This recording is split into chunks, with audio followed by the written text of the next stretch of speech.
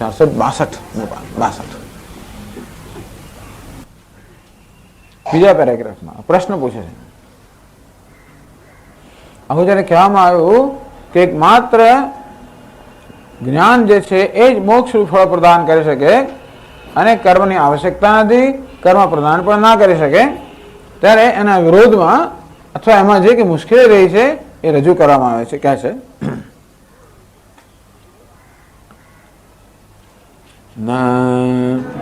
નિત્ય અકરણે પ્રત્યવાય પ્રાપ્તે કૈવલ્યસ્ય ચ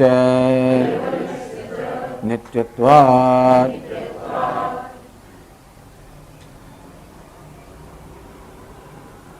યત્તાવત કેવલ જ્ઞાનાદ કૈવલ્ય પ્રાપ્તિ ઇત્યેતત તદસત યતઃ નિત્યાનાં કર્મણાં શ્રુતિયુક્તાનાં અકરણે પ્રત્યવાયઃ નરકાદિ પ્રાપ્તિ લક્ષણ સ્યાत्.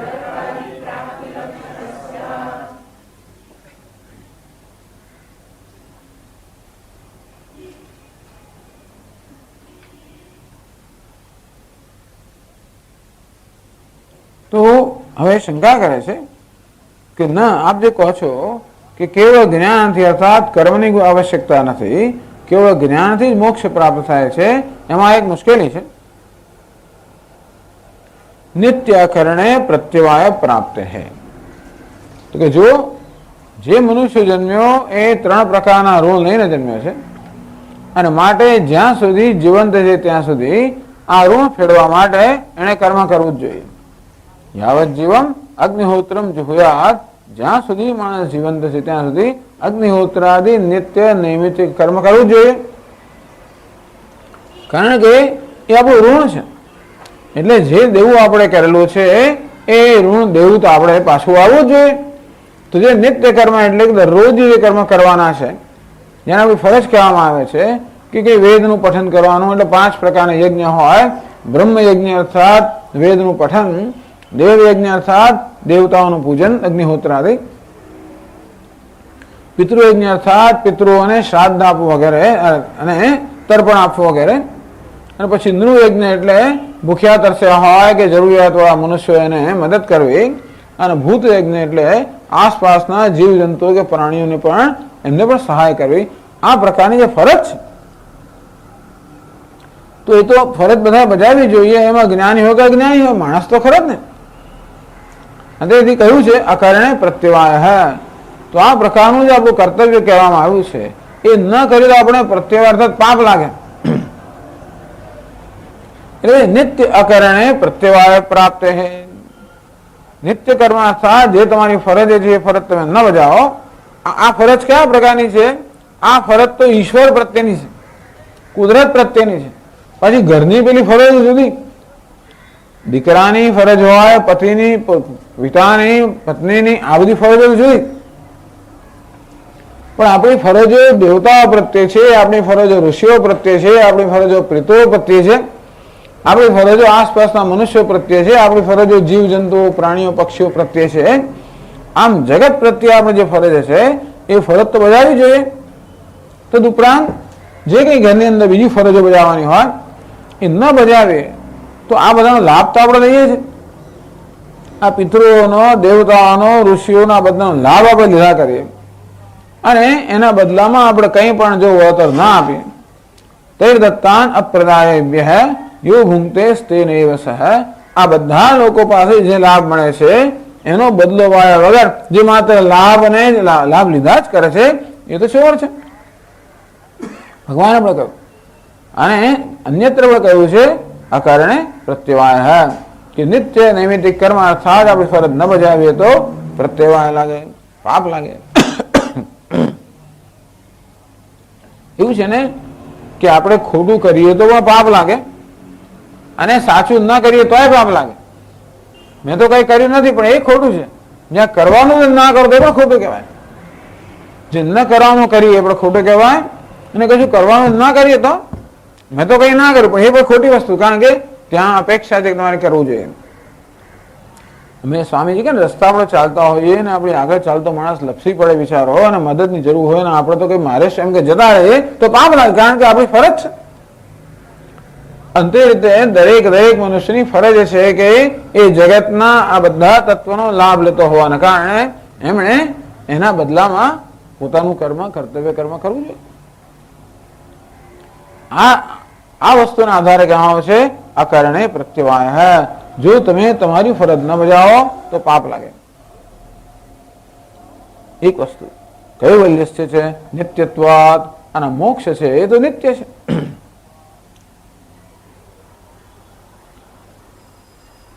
તો આ ના જે કહ્યું એ આગળ સમજાવે છે, એ આપણે વાંચ્યું.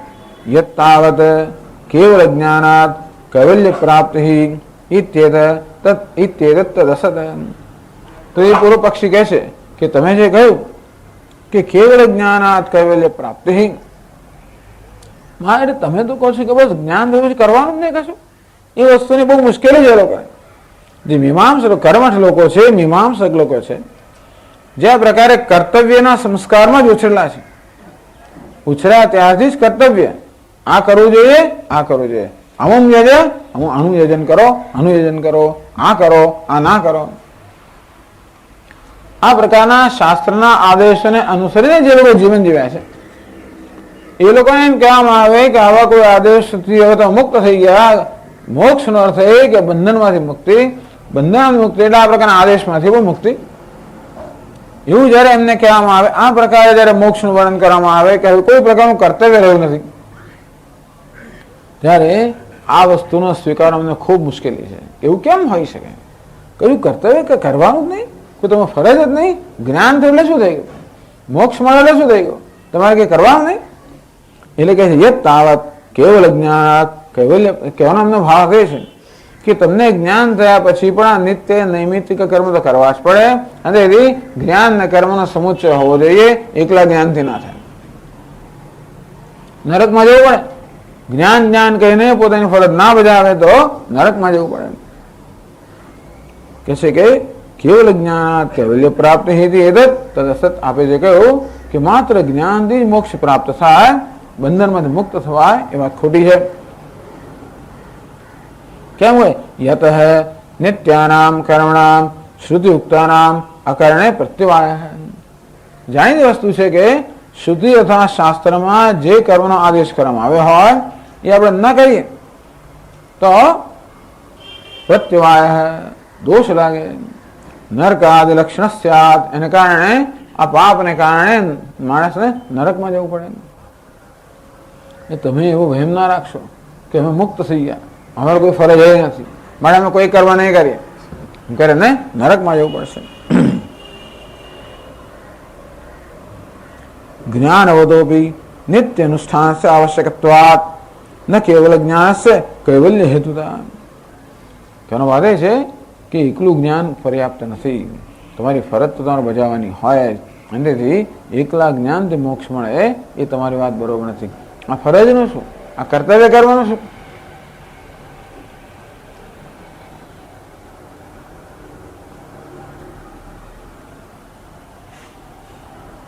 વળી બીજું કહે છે નનુ એવં તર્હિ કર્મભ્યઃ મોક્ષો નાસ્તિ ઇતિ અનિર્મોક્ષઃ એવ. તો આપણે આગળ જે વાત કરેલી સિદ્ધાંત કહે છે પણ કર્મથી તો મોક્ષ મળે નહીં. એ અમે નક્કી અત્યાર સુધીમાં સિદ્ધ કર્યું કે કર્મથી મોક્ષ પ્રાપ્ત ના થાય. એવમ તરી કર્મભ્ય મોક્ષ નાસ્તિ. એટલે કર્મથી તો મોક્ષ નથી. એથી અનિર્મોક્ષ એનો અર્થ કે મોક્ષ મળે જ નહીં. તમારે કહેવા પ્રમાણે કર્મ કરવાનું છે અને કર્મથી મોક્ષ મળતો નથી, એનો અર્થ એ થયો કે માણસ મોક્ષ જ ના મળે, એવું થયું.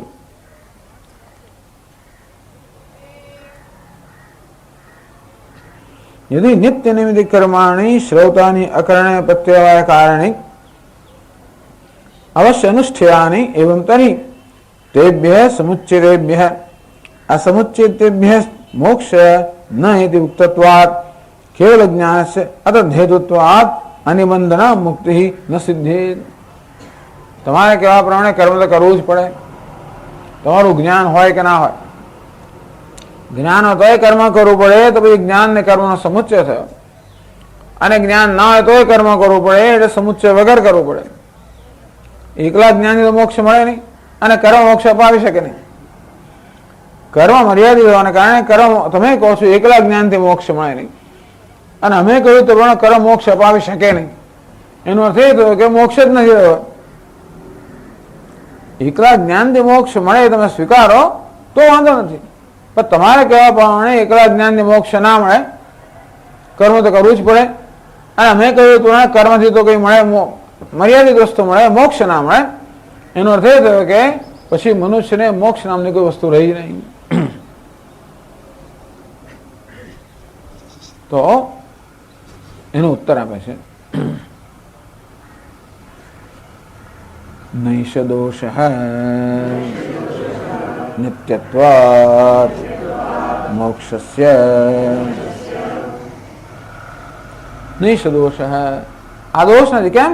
મોક્ષસ્ય નિત્યત્વાत्, મોક્ષ ક્યાં પ્રાપ્ત કરવાનો છે? આપ જ, એટલે પેલો પૂર્વ પક્ષી કહે છે, આપ જ કહો છો કે મોક્ષ નિત્ય છે, નિત્ય હોવાને કારણે પ્રાપ્ત કરવાનો નથી, એટલે કર્મથી પ્રાપ્ત કરવાનો નથી. એટલે જો પ્રાપ્ત કરવાનો હોત તો કર્મ એના માટે પર્યાપ્ત ન હોત, પરંતુ નિત્ય પ્રાપ્ત હોવાને કારણે કર્મથી પ્રાપ્ત કરવાનું નથી. તેથી મોક્ષ તો હોય. ટૂંકમાં આપણે કહ્યું ને કે મોક્ષ નામની વસ્તુ જ માણસે જોતો કે નહીં, મોક્ષ નિત્ય હોવાને કારણે પ્રાપ્તવ્ય નથી, માટે મોક્ષ કેમ ના હોય? નિત્યત્વાદ મોક્ષસ્ય.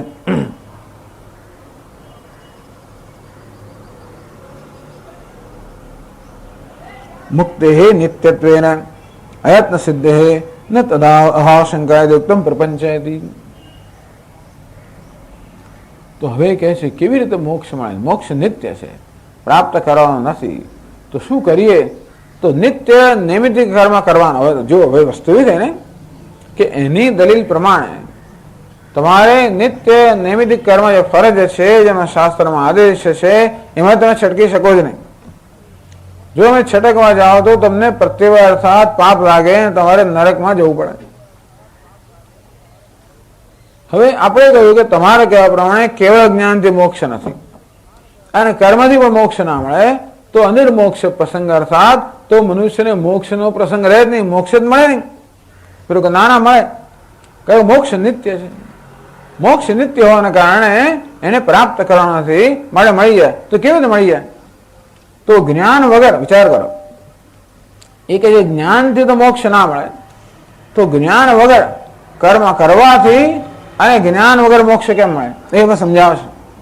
એ સમજવા જેવી વસ્તુ છે કે કેવળ જ્ઞાનથી મોક્ષ ના મળે અને કર્મથી મોક્ષ મેળવવાનો નથી.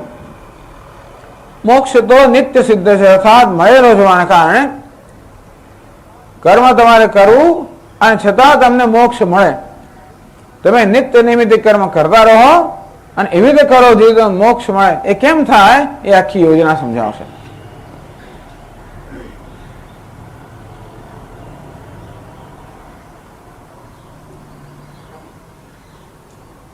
કે છે આગળ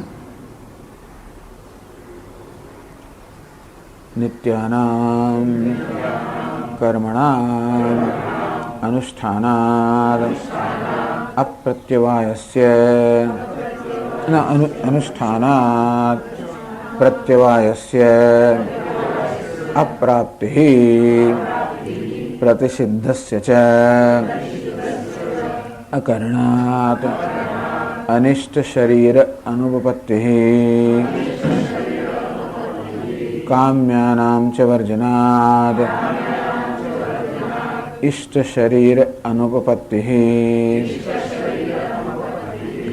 वर्तमान शरीर आरंभकस्य च कर्मणः फलोपभोगक्षये पतिते अस्मिन् शरीरे देहान्तरोत्पत्तौ च कारण अभावात् આત્મનઃ રાગાદીનાં ચ અકરણાત સ્વરૂપ અવસ્થાનમેવ કૈવલ્યમ ઇતિ અયત્ન સિદ્ધમ કૈવલ્યમિતિ. એ તો કે મોક્ષ માટે કશું કરવાનું હોય જ નહીં. આ બંધન શેને કારણે છે? આ શરીર સાથે સંયોગ છે એને કારણે. તો કઈ વસ્તુ આપણને મોક્ષથી વંચિત રાખે છે? આ દેહ સાથેનો સંબંધ. તમે એવું જીવન જીવો જેથી તમને બીજો દેહ જ પ્રાપ્ત ના થાય. તો બીજો દેહ પ્રાપ્ત થવાનો જ ના હોય તો તમે મુક્ત થઈ ગયા ને. એમના મત પ્રમાણે બંધન કોને કહેવાય? આ જન્મ લેવો દેહનું બંધન છે. એટલે નવા દેહ સાથે આપણો સંબંધ બંધાવો અને તેથી નવા દેહની બધી મર્યાદાઓથી પીડાવવું એમ નામ બંધન. તો તમે એવી રીતે જીવો જેથી નવો દેહ પ્રાપ્ત જ ના થાય. તો આત્મા તો મુક્ત છે જ, અને આત્માને નવો દેહ પ્રાપ્ત ન થાય તો પછી એ મુક્ત જ રહેશે. અને આ પ્રકારે મુક્તિ કે મોક્ષની સિદ્ધિ છે. પણ નવો દેહ ન પ્રાપ્ત થાય એવું કેવી રીતે બને? તો આખી યોજના સમજાવે છે. નિત્યાનામ કર્મણામ અનુષ્ઠાનાત પ્રત્યવાયસ્ય પ્રાપ્તિ. પહેલા કે જુઓ, શાસ્ત્રમાં જે નિત્ય નૈમિત્ય કર્મ કરવાનું કહેવામાં આવે છે એ તમે બરોબર તો કે ચૂક્યા વગર એનું પાલન કરવું જોઈએ. કોઈ ચૂક્યા વગર બસ તમે એકદમ પ્રામાણિકપણે નિત્ય નૈમિત્ય કર્મ પાલન કરો. તો શું થશે? તમે બધી ફરજ બજાવશો એટલે પ્રત્યે પાપ તમને નહીં લાગે. ચાલો, સરસ. પછી કહે છે પ્રતિષિદ્ધસ્ય છે અકરણાત અનિષ્ટ શરીર અનુપત્તિ. બોલી બીજી વસ્તુ પાપ લગાડે. આપણે અધર્મનું આચરણ કરીએ તો પાપ લાગે. અધર્મ કોને કહેવાય?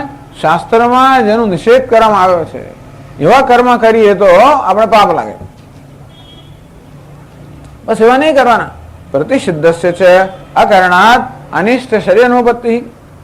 શાસ્ત્રમાં જેનો નિષેધ કરવામાં આવ્યા છે એવા કર્મને એટલે અધર્મનું આચરણ ન કરવું, નિષિદ્ધ કર્મનું આચરણ ન કરવું તો તમને પાપ નહીં લાગે. એવું છે ને કે આપણે નિષિદ્ધ કર્મનું આચરણ કરીએ તો નરકમાં જવું પડે કે પછી અધોયોનીમાં જવું પડે, અધોગતિ થાય. તો અધોગતિ અટકી છે તમારી. તમે નિત્ય કર્મ કરશો એટલે પાપથી બચી જશો, અને પ્રતિષિદ્ધ કર્મ નહીં કરો એટલે પાપથી બચી જશો. આમ જો પાપ જ ના હોય તો તમને કોઈ અધોગતિનો કોઈ પ્રસંગ ઉપસ્થિત ના થાય. પરંતુ આપણને ઉર્ધ્વગતિ થાય તો પુણ્ય કર્મ કરીએ તો એ નહીં કરવાનું. એ કહે છે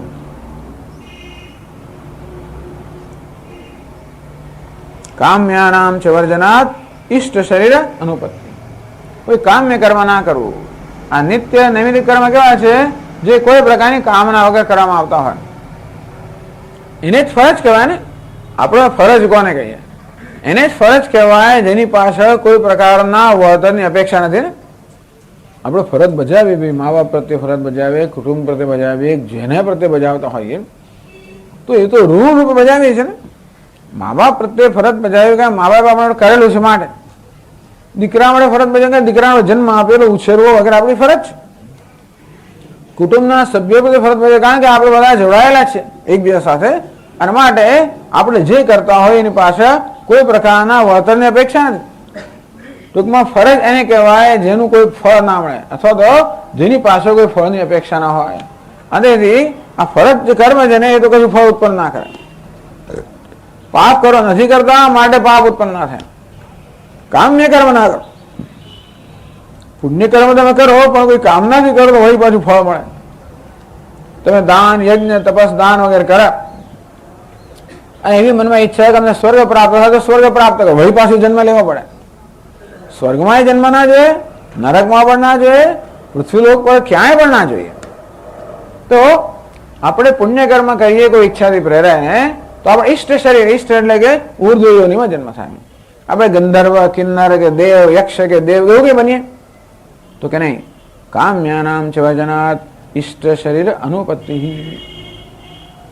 આમ કામ્ય કર્મ જે છે એને દૂર તમે રહો તો તમને પછી ઇષ્ટ શરીર એટલે સ્વર્ગ વગેરેની પ્રાપ્તિ નહીં થાય, જન્મ નહીં થાય.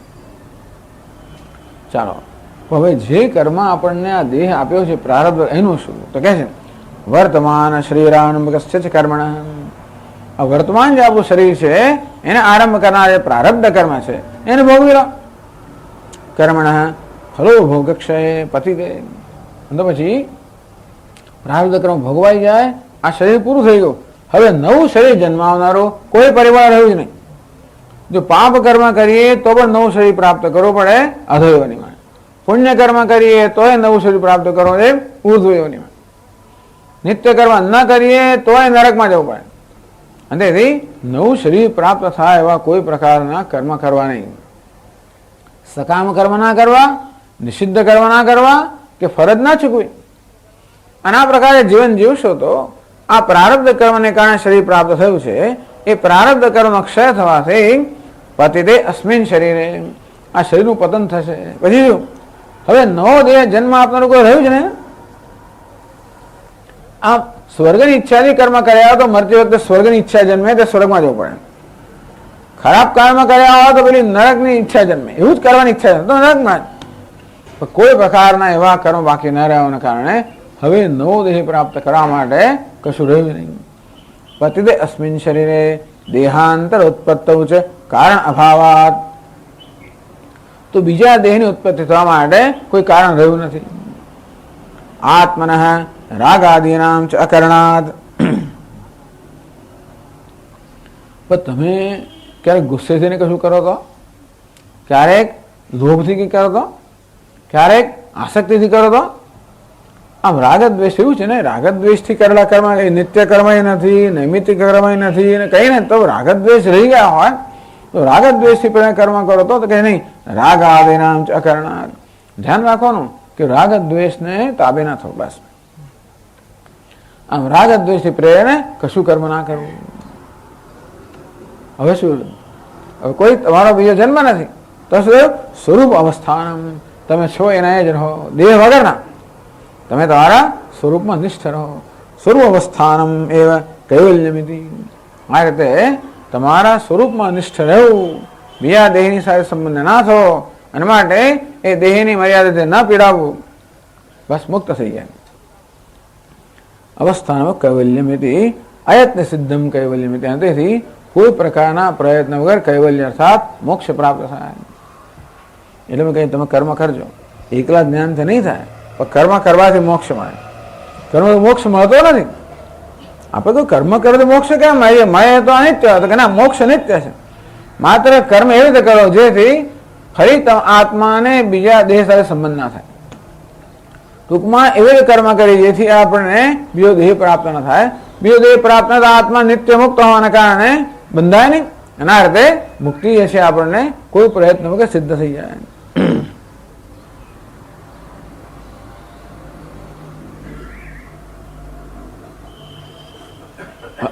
અને એક ભવિકવાદ કહેવામાં આવે છે. હવે એક વાદ છે, એક ભવિકવાદ. એક જ ભવની અંદર બધા કર્મ જે છે બધા કર્મને પૂરા કરી દેવા, અથવા જે કઈ સંચિત કર્મ છે બધાનું ફળ એક જ ભાવમાં મળે છે. આપણે તો એમ કહીએ ને કે સંચિત કર્મ તો અસંખ્ય બધા હોય, અસંખ્ય દેહને જન્મ આપનારા હોય, પણ એક અભિપ્રાય એવો છે કે પૂર્વના જે કઈ કર્મ છે એ બધાની અસરથી આ એક જ જન્મ પ્રાપ્ત છે. હવે તમે એવી રીતે વર્તો જેથી નવો જન્મ નવા કર્મ ના થાય તો તમે બીજો જન્મ ના મળે. એક ભવિકવાદ આ પ્રકારે કહેવામાં આવ્યું. તો વેદાંતિન શું ઉત્તર આપે છે? અતીત અસંખ્ય જન્મ ભેદેશુ અર્જિતસ્ય કર્મણસ્ય નાના ફલસ્ય અનારબ્ધસ્ય ભોગેન વિનાશ વિના અક્ષયાત. તો ઉત્તર એ છે કે બીજું તમે કહો છો કે આ પ્રારબ્ધ કર્મનો ક્ષય થાય એટલે પછી બીજો દેહ ના મળે, પરંતુ આપણા કેટલા બધા સંચિત કર્મો છે, અને એ સંચિત કર્મ એક નાનકડો અંશ જ માત્ર પ્રારબ્ધમાં પરિણમેલો છે. એટલે આ પ્રારબ્ધ પૂરું કરે બીજા કર્મ રાહ જ જોઈ રહ્યા છે. આમાં થાય છે શું કે માણસ જયારે કોઈનું પણ જીવનું જયારે મૃત્યુ થાય ને ત્યારે બીજો જન્મ મળે એ નક્કી કોણ નક્કી કરે? તો એના જે બધા સંચિત કર્મ હોય એ સંચિત કર્મમાં જે સૌથી પ્રબળમાં પ્રબળ કર્મ હોય એ નક્કી કરે એને ક્યાં લઈ જવો. અહીં લઈ કોણ જાય? અહીંથી લઈ જવાનું છે બીજે. આપણે ભલે સ્મશાનમાં લઈ જે કરતા હોય પણ અહીંથી જે લઈ જાય છે ને પહેલા કોઈ લઈ ગયું છે ને એ કોણ લઈ જાય? એના કર્મ લઈ જાય. સ્વકર્મ દૂત એને જવે એને નીતા. હા, પોતાના કર્મ દૂતથી એને લઈ જવામાં આવે. કયા પ્રકારના કર્મ? અસંખ્ય આપણા બધા તો સંચિત કર્મ છે. કયા કર્મ છે જે એને લઈ જાય? તો બધા જે સૌથી વધારે પ્રબળ કર્મ હોય ને એ બીજા બધાને હટાવીને આગળ આવી જાય અને આ જીવને બીજા જન્મ દોરી જાય. એટલે શું થાય? ઘણા લોકો પૂછે ને કે સ્વામીજી, આપણે મનુષ્ય તરીકે તો કર્તૃત્વ બુદ્ધિ છે, મારે નવા કર્મ કરીએ એટલે પુણ્ય પાપ મળે એટલે બીજો જન્મ મળે. પણ આ પશુ પક્ષી તો બિચારા પાપ પુણ્ય કરતા નથી ને, તો એનો બીજો જન્મ કોણ નક્કી કરે? માણસ તો પુણ્ય કર્યો હોય, પાપ કર્યો એટલે જન્મના અંતે પછી એના પુણ્ય પાપ હોય એ નક્કી કરે શું થશે. તો પશુ પક્ષીઓ કે મનુષ્ય જીવો જે છે ભોગ યોની છે, કર્મ યોની નથી. એ યોનીમાં માત્ર કર્મને ભોગવવામાં આવે, નવા કર્મ ઉત્પન્ન ના થાય. તો એ લોકો નવા કર્મ જો ન કરતા હોય તો પછી એમનો બીજો જન્મ કોણ નક્કી કરે? એના આ ઉત્તર છે કે માણસ જયારે મરે ને ત્યારે બધા જન્મની યોજના નક્કી થઈ ગઈ હોય. અહીંથી જયારે નીકળો ને વિદાય થવું ત્યારે ક્યાં ક્યાં જવાનું છે બધો પ્લાન આપણે ઘરેથી નીકળીએ, મળી યાત્રાએ નીકળવાનું હોય, ધારો કે 22 દિવસની, તો પાછા આવતા સુધી બધું નક્કી થઈ ગયું ને. અહીંથી દિલ્હી જવું, ત્યાંથી બસ લેવી, ત્યાંથી ફલાણી જગ્યાએ જવું, ત્યાંથી વળી ઘોડો લેવો, ત્યાંથી આમ જવું, ત્યાંથી ચાલતા જવું, ત્યાં રાત રોકાવો, ત્યાં આમ કરવું, બધું નક્કી કરીને એમને નથી જતા આપણે ઘરેથી. ચાલો નીકળે જોઈ લઈશું ક્યારે પાછા, એવું નથી હોતું. નીકળે બધી યોજના કરી નીકળે, ઘરે પાછા આવવા સુધીની યોજના કરીએ ને. તેવી રીતે આ જીવ જયારે મનુષ્ય દેહમાંથી નીકળે ત્યારે બીજા મનુષ્ય દેહમાં પાછા આવવા સુધીની બધી યોજના નક્કી કરી નાખે. અહીંથી નીકળીને ક્યાં જવું, ત્યાંથી પછી ક્યાં જવું, ત્યાંથી પછી ક્યાં જવું, જેવી યાત્રા. કોઈ અઠવાડિયાની યાત્રા જાય, કોઈ 2 અઠવાડિયાની, કોઈ મહિનાની, કોઈ 6 મહિનાની, કોઈ 2 દિવસની, કોઈ 1 દિવસની, કોઈ સીધું જતો રહે. શક્ય છે કે કોઈ સીધો જ બીજા મનુષ્ય દેહમાં જતો રહે અને એની યાત્રા ચાલુ રાખે. જ્યારે કોઈ બહુ બધા પુણ્ય કર્મ કર્યા હોય તો પછી જે સ્વર્ગ વગેરે લોક છે એમાં જઈને એના ફળ ભોગવીને પાછો આવે. કે બહુ પાપ કર્મ કર્યા હોય તો અધોયોનીમાં જાય વળી પાછો આવે. અધોયોનીમાં 2, 4, 10, 50 જન્મ પણ હોય, શું ખબર પડે? જેવા બધા કર્મ. તો આ દેહમાંથી જઈએ વિદાય થઈએ ત્યારે આપણા સંચિત કર્મમાં જે બધા સૌથી પ્રબળ કર્મ હોય એ નક્કી કરે કે મારો બીજો કયો જન્મ થશે. ધારો કે વાઘનો જન્મ થવાનો હોય, ધારો કે વાઘના દેહમાં જવું, પૂરું થઈ ગયું એ પ્રારબ્ધ. એટલે એ બધા કર્મ પૂરા થઈ ગયા. હવે શું? હવે પછી વધેલામાં જે સૌથી પ્રબળ કર્મ છે ને એ પાછા એ માખીમાં લઈ જતા, માખીમાં લઈ જાય, પૂરું થયું. પછી શું? પછી જે પ્રબળ કર્મ છે એને મચ્છરમાં લઈ જાય કે દેવતા ગમે ત્યાં લઈ જાય. ટૂંકમાં એના કર્મ જે છે એમાં સૌથી પ્રબળ જે કર્મ છે નક્કી કરે કે એની કઈ યોનિમાં જન્મ થશે. બધી યોજના અહીંથી જ થઈ જાય. અને પછી જયારે યાત્રા પૂરી થાય, આમ પાપ અને પુણ્ય કર્મ લગભગ સમરસ થાય લગભગ, ત્યારે પછી પાછું મનુષ્ય દેહમાં આવે. એટલે આપણે ચિંતા નહીં કરવાની કે બીજી યોનિમાં ગયા પછી બીજા જન્મ કેમ અહીંથી નક્કી થઈ ગયો છે. કેમ બદ્રીનાથ ગયા 3 દિવસ રહ્યા, પછી ત્યાં નક્કી નહીં કરો ક્યાં જવાનું, અહીંથી નક્કી ગયા છે ત્યાં ક્યાં જવાનું, તો કેદારનાથ જવાનું, ત્યાં આટલા અડધી 1 રાત રહ્યા, પછી ત્યાં નક્કી નહીં કરવાનું ક્યાં જવાનું, ફલાણી જગ્યાએ જવાનું. તેવી રીતે બીજા કોઈ દેહમાં ગયા પછી નક્કી કરવાનું હોતું નથી ક્યાં જવાનું ક્યાં નહીં જવાનું. આપણા કર્મ દ્વારા છેક યાત્રા કરીને, એ યાત્રા ઘણી વાર 1 વર્ષની હોય, 10 વર્ષની હોય, 10 લાખ વર્ષની હોય, ગમે તેટલી હોય, એ બધી યાત્રા પૂરી કરીને વળી પાછો રખડતો પાછો આવી જાય. રખડતો એટલે ફરીને ઘેર આવી જાય, એટલે મનુષ્ય દેહમાં આવી જાય. પછી નવેસરથી શરૂ કરે, યુદ્ધ શરૂ કરે. કેવા સંસ્કાર? પુણ્યના સંસ્કાર હોય તો પુણ્ય કર્મ કરે ને, નહીતર પાપના સંસ્કાર વળી પછી એમાં લાગે. એમ કરી કરીને યાત્રાઓ ચાલે. એટલે આપણો તો એમ કહેવાનું, આ અત્યારે ચર્ચા ચાલી રહી હતી એના કહેવા પ્રમાણે આપણા પ્રારબ્ધ કર્મનો ક્ષય થઈ ગયો અને બીજા કોઈ પુણ્ય કે પાપ કર્મ આપણે ઉત્પન્ન કર્યા નથી. એટલે હવે કોઈ કર્મ આપણને બીજો જન્મ આપનારા રહ્યા નથી. એવું હોવાના કારણે આત્મા મુક્ત થઈ જાય. તો ઉત્તરે છે કે નહીં ભાઈ, આ પ્રારબ્ધ તો સંચિત કર્મનો એક નાનકડો અંશ જ છે, અને આ પ્રારબ્ધ પૂરું થયા પછી બીજા કેટલાય સંચિત કર્મ છે જે આપણે અનેક બધા જન્મ લેવડાવશે, અને બધા કર્મને ભોગવવાની ત્યાં સુધી એનો ક્ષય ના થાય પાછો. આપણે એમ નહીં કે છટકી જઈએ, એવું ભગવાનની યોજનામાં છટકાય નહીં. પૂર્વ જન્મમાં જે જાત જાતના કર્મ કરેલા એ બધાનું ફળ ભોગવીએ ત્યારે એ છોડે, ત્યાં આપણે છોડે જ નહીં. આ કર્મ વસ્તુ છે ને પેલા પઠાણની એમ પાછા જ પડેલું હોય, અંદરથી છોડે નહીં. તત દેહાંતરારંભાદ, અંદરથી બીજો દેહ લેવો જ પડે. એક ભવિકત્વસ્ય અપ્રામાણિકત્વાદ, અને તમે કહો છો કે બધા કર્મ એક જ દેહમાં પરિણમે છે, એની માટે કોઈ પ્રમાણ એટલે કે શાસ્ત્રમાં કોઈ પ્રમાણ નથી. ન મુક્તે હે અયત્ન સિદ્ધતા, અંદરથી આ મુક્તિ યત્ન વગર સિદ્ધ થાય એવા વહેમમાં તમે રહેશો નહીં. એ રીતે સિદ્ધાંતિ ઉત્તર આપે છે.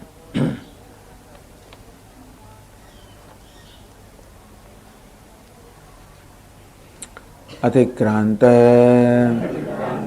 અનેક જન્માંતર કૃતસ્ય સ્વર્ગ નરકાદિ પ્રાપ્તિ ફલસ્ય અનારબ્ધ કાર્યસ્ય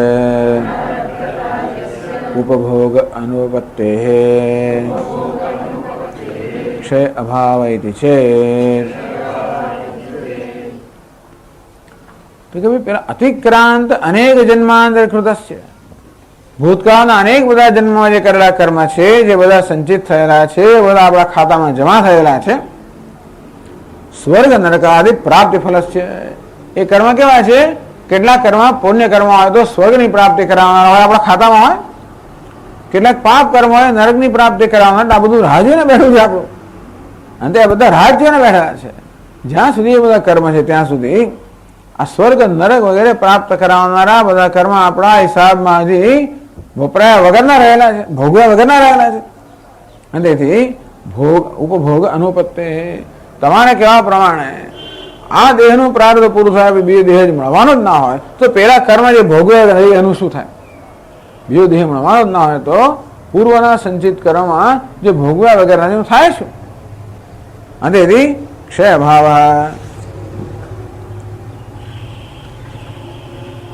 મુક્તે અયત્ન સિદ્ધતા ન, અંતેથી મુક્તિની કઈ સિદ્ધિ ન થાય. એટલે કહ્યું કે અનારબ્ધ ઉપભોગે ક્ષય ભાવ છે, ક્ષય ના થાય. ટૂંકમાં એક જન્મમાં કર્મનો ક્ષય થાય નહીં. ટૂંકમાં તમે એવી યોજના કરતા હો કે બધા કર્મનો ક્ષય થઈ જાય, નવું કર્મ ઉત્પન્ન ના થાય, અને પછી બીજો દેહ પ્રાપ્ત ના થાય, આપણે મુક્ત થઈ જઈએ, આ બધી કલ્પનાને કોઈ અવકાશ છે નહીં. એક તો શાસ્ત્રમાં આ વસ્તુનું કોઈ પ્રામાણ્ય નથી, એ ઉપરાંત યુક્તિથી પણ યુક્તિ કે તર્કસંગત પણ નથી. કેમ તર્કસંગત નથી? કારણ કે અનેક જન્મમાં કરેલા કર્મ જે સંચિત કર્મ છે એ પોતાનું ફળ ભોગવ્યા વગર પૂરા ના થાય, અને તેથી આ જન્મના પ્રારબ્ધ કર્મ ભોગવ્યા છતાં પણ અનેક બધા સંચિત કર્મ બાકી રહી ગયા હોય, જે સ્વર્ગ નરક દેહ પામનારા હોય, અને તેથી બધા કર્મનો ક્ષય આ દેહમાં થાય એવી કોઈ શક્યતા નથી. તેથી આ પ્રકારે કોઈ પ્રયત્ન વગર મોક્ષ પ્રાપ્ત થાય એવી શક્યતા નથી.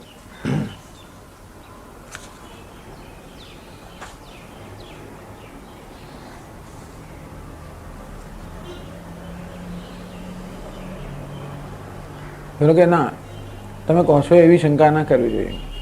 ન ઉક્ત કર્મ નિમિત્તમ દેહાંતરમ સંકેતવ્યમ, તમે કોઈ પ્રકારે દેહાંતર થાય તમારા સંચિત કર્મથી એ દેહાંતર નહીં થાય, એટલે કે બીજો દેહ નહીં પ્રાપ્ત કરો. કેમ નહીં પ્રાપ્ત કરે? બધું હિસાબ કરી રાખે છે લોકો. દરેક કર્મનો કેવી રીતે અહીંયા એક જ જન્મ ઉપભોગ થઈ જશે, અને જેથી બીજો જન્મ ન લેવો પડે એની બધો હિસાબ કરી રાખે છે. એ કહે છે ના ઇતિ ન નિત્ય કર્મ અનુષ્ઠાન આયાસ દુઃખ ઉપભોગસ્ય તત્ફલોપભોગત્વ ઉપપત્તેઃ પ્રાયશ્ચિત્તવદ્વા પૂર્વોપાત્ત દુર્દક્ષયાર્થત્વાत् નિત્યકર્મણામ આરબ્ધાનામ ચ ઉપભોગેન એવ કર્મણામ ક્ષીણત્વાદ અપૂર્વાણામ ચ કર્મણામ અનારંભે અયત્ન સિદ્ધમ કૈવલ્યમિતિ. એટલે પેલો કર્મનો હિમાયતી છે ને પૂર્વ પક્ષી કહે છે કે ના ના, તમે કહો છો એ ચિંતા કરવાની જરૂર નથી કે સંચિત કર્મને ભોગવવા માટે બીજા જન્મ લેવા પડશે, એવી ચિંતા કરવાની જરૂર નથી.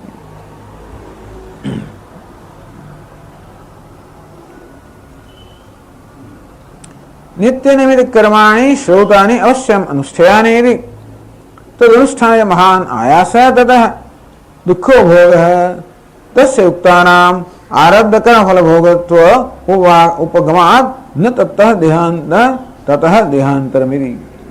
એ કે બહુ બહુ એકદમ શું કહેવાય, એક અત્યંત અપૂર્વ વિચાર લઈને આવે છે, નવી જાતનો વિચાર લઈને આવે છે કે જુઓ, આપણે શું કહ્યું કે તમારે નિત્ય નૈમિત્તિક કર્મ કરવા જ પડે. જો રોજ ઉઠીને તમારે અગ્નિહોત્રાદિ કર્મ કરવું પડે, વેદનું પઠન કરવું પડે, અને પછી દાન કરવું પડે, તપસ્યા કરવી પડે, બધું કરવું પડે. આમાં કઈ આનંદની વાત છે? આ તો દુઃખની જ વાત છે ને. રોજ વહેલા ઉઠવું, નાહી ધોઈને જવું નદી કિનારે, અને સૂર્યોદય થાય પહેલાં બધા રાતે સંધ્યાવંદન કરવું, પાછું આવવું, પાછું અગ્નિહોત્રાદિ કર્મ કરવું પછી આખો દિવસ. આ કરવામાં તો કેટલો પરિશ્રમ રહેલો, આયાસ રહેલો છે ને, એટલે સંતાપ દુઃખ રહેલો છે ને. એટલે આ શાસ્ત્રમાં કહેલા નિત્ય નૈમિત્તિક કર્મ તમારે કરવા જ પડે, અને એ કરવામાં ઘણો બધો આયાસ એટલે કે બધો પરિશ્રમ થતો હોય. અને એ કર્મ કરવા દ્વારા અનેક પ્રકારનું દુઃખ થાય. કારણ કે યજ્ઞ કરો એટલે પેલી આંખો જાત જાતનું થાય ને. યજ્ઞ કરો એટલે શું, આંખો બળે બધું થાય. અને સંધ્યાવંદન કરે, ગંદકીમાં નાવાનું, ડૂબકી મારો એટલે શું, શિયાળાને તો કંઈ અસર નથી.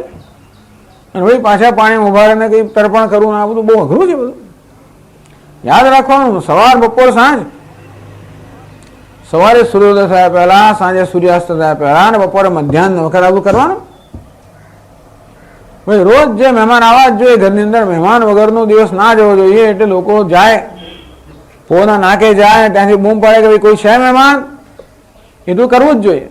મહેમાન પછી છતાંય કોઈ મહેમાન ના આવે તમે જમી લો, બરોબર છે. પરંતુ કોઈ મહેમાનની સંભાવના હોય તો મહેમાન વગર જમી લો તો એ ખોટું કહેવાય. એટલે જઈને તમે બૂમ પાડી આવો અને કદાચ આવી પણ જાય, ઘણા લોકો રાહ જોઈ રહ્યા, કોઈ બૂમ પાડે ને આવી જાય તરત, તો બધું જમાડવા પડે, તૈયારી કરવી પડે. કોઈ કહે કે મારે એક દિવસ રહેવું રોકાવું, તો એ બધું બધી વ્યવસ્થા કરવી પડે. એટલે ટૂંકમાં આ બધા નિત્ય નૈમિત્ત, પાછા પૂર્ણિમા આવે એટલે ફલાણું કરો, અમાવાસ્યા મળે બીજું કરો, વસંત ઋતુમાં ત્રીજું કરો, ચાતુર્માસમાં ચોથું કરો, એને નૈમિત્ત કર્મ કહેવાય. સોમવારે આ કરો, એકાદશી પેલું કરો, પૂર્ણિમા એમ કરીને આ બધા કર્મ નૈમિત્ત. એમાં એમાં જ માણસ સતત એમાં જ રત રહે બિચારો, એમાં જ એનો બધો સમય પૂરો થઈ જાય. શક્તિઓ ખરીદવી પડે ને. એટલે પેલો પૂર્વ પક્ષી કહે છે કે આ બધા કર્મ કરવામાં એટલો પરિશ્રમ પડે, દુઃખ પડે. હવે તમે મને કહો કે દુઃખ કોનું ફળ છે? એ પુણ્ય કર્મનું ફળ છે કે પાપ કર્મનું ફળ છે? પાપ કર્મનું. એનો અર્થ એ થયો કે આ નિત્ય નૈમિત્તિક કર્મ પોતાનું કોઈ પરિણામ ઉત્પન્ન કરતા નથી, પરંતુ એ કર્મમાં અનેક પ્રકારનો પરિશ્રમ રહેવાના કારણે ભૂતકાળ જે પાપ કર્મ છે એ ક્ષીણ થઈ જાય. એટલે પૂર્વના કર્મને ક્ષીણ કરવાની યોજના બતાવી. સંચિત કર્મ જે છે એની યોજના બતાવી કે સંચિત કર્મ કેવી રીતે અહીંયા ક્ષીણ થઈ જાય. આ પ્રકારે નિત્ય નૈમિત્તિક કર્મ કરવા રૂપે ઘણો બધા, તમને ખબર અગ્નિહોત્ર હવે તો કોઈ રહ્યો નથી ખાસ, પણ અગ્નિહોત્ર એટલે બહુ બહુ સાવધાની માંગેલે, બહુ શિસ્ત માંગેલે, અને બહુ તત્પરતા માંગેલે. તત્પરતા એટલે એને એમાં જ બરોબર એમાં અડીને રહ્યા હોય, એમાં જ ખાલી રહ્યા હોય તો જ થાય. એટલે બધા લાકડા સંગરવા પડે તમારે આખું વર્ષ સુધી, અને અગ્નિ ઓલવાવો ના જોઈએ, એની પેલો અંગાર તો રહી જ જવો જોઈએ. આ બધું થવું જ જોઈએ. આખો દિવસ તમારે વિચાર ચિંતન કરવું પડે, તો જ આ થાય. નહીં તો ના, જો આડાવાળા થાય ને ભૂલી ગયા ને તો પેલો ઓલવાઈ ગયો તો બાજુ ગડબડ થઈ ગઈ. એટલે આ બધા કર્મ કરવામાં ખૂબ આયાસ છે. અને તેથી એ કહે છે કે એમાં ઘણું બધું તમારા પાપ કર્મ ક્ષય થઈ જાય. એટલે પછી પાપ કર્મથી બીજો દેહ મળવાની કોઈ સંભાવના નથી, કારણ કે બધા પાપ કર્મ ક્ષીણ થઈ ગયા. એ કહે છે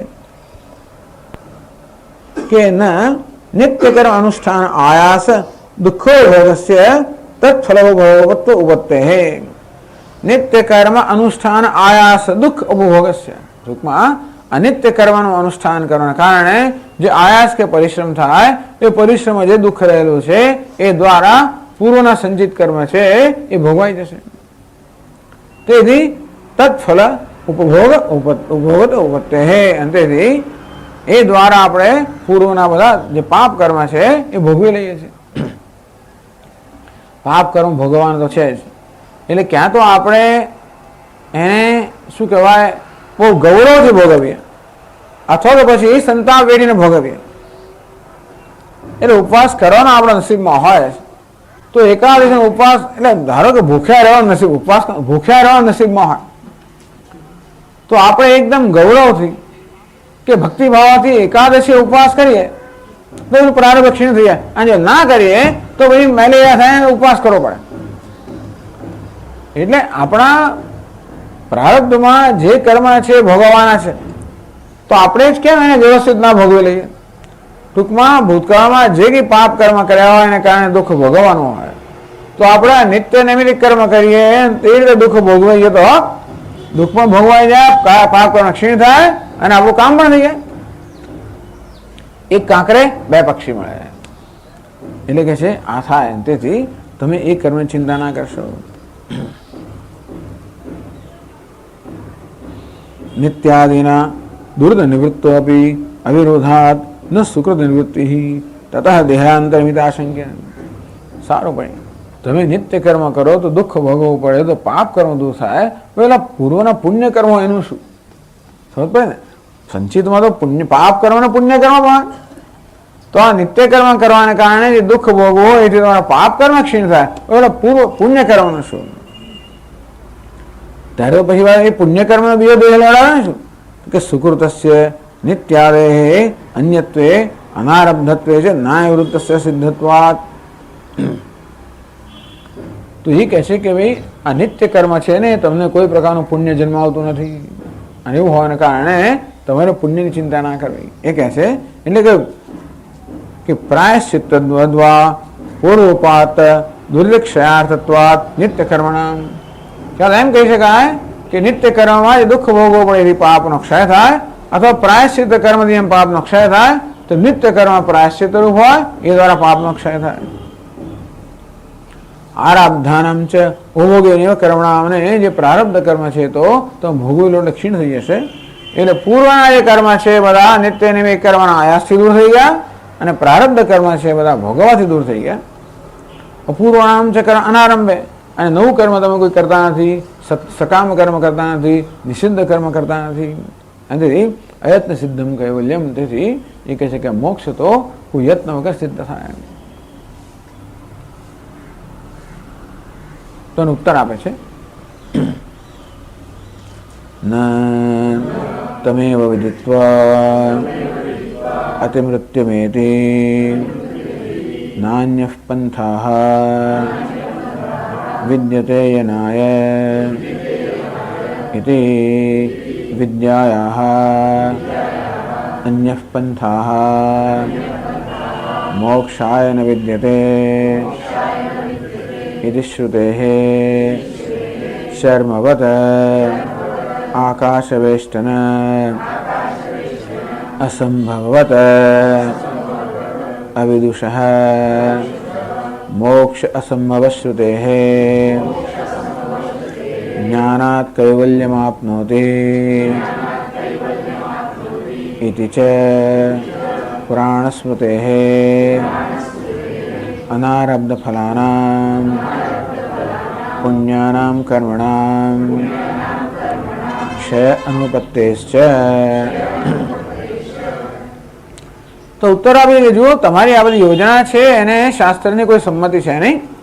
શાસ્ત્રમાં બહુ સ્પષ્ટ કહ્યું છે તમેવ વિદિત્વા અતિમૃત્યુમેતિ તમ વિદિત્વા એવ મૃત્યુમત્યેતિ.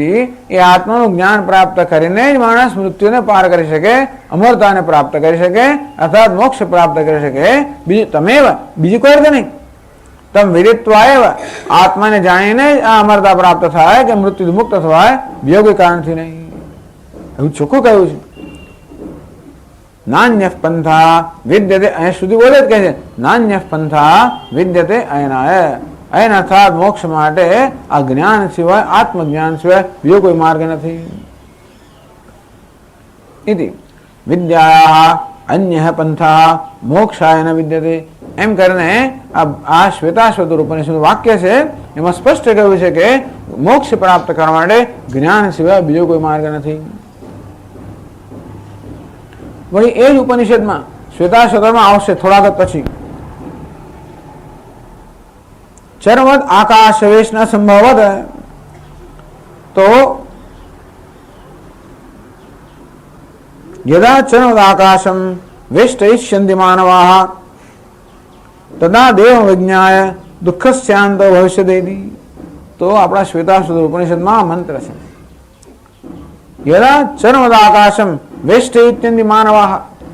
કોઈ માણસને એ જાતની એક અભિલાષા થાય કે આખા આકાશનું મળી લઉં. વિચાર કરો, કોઈને એ પ્રકારની સૂર્યનો બહુ તડકો છે ને, આવું થાય છે, માટે ચાલો આખા આકાશને ચામડાથી મળી દઉં. તો આ ક્યારે શક્ય બને? જેવી રીતે આની જેટલી શક્યતા તથા દેવ અવિજ્ઞાય, તો તે એવી શક્યતા છે કે આ દેવતાને જાણ્યા વગર દુઃખસ્યાંતો ભવિષ્યતિ. તો કોઈને એવી અભિલાષા હોય કે બધા દુઃખનો અંત લાવી દો,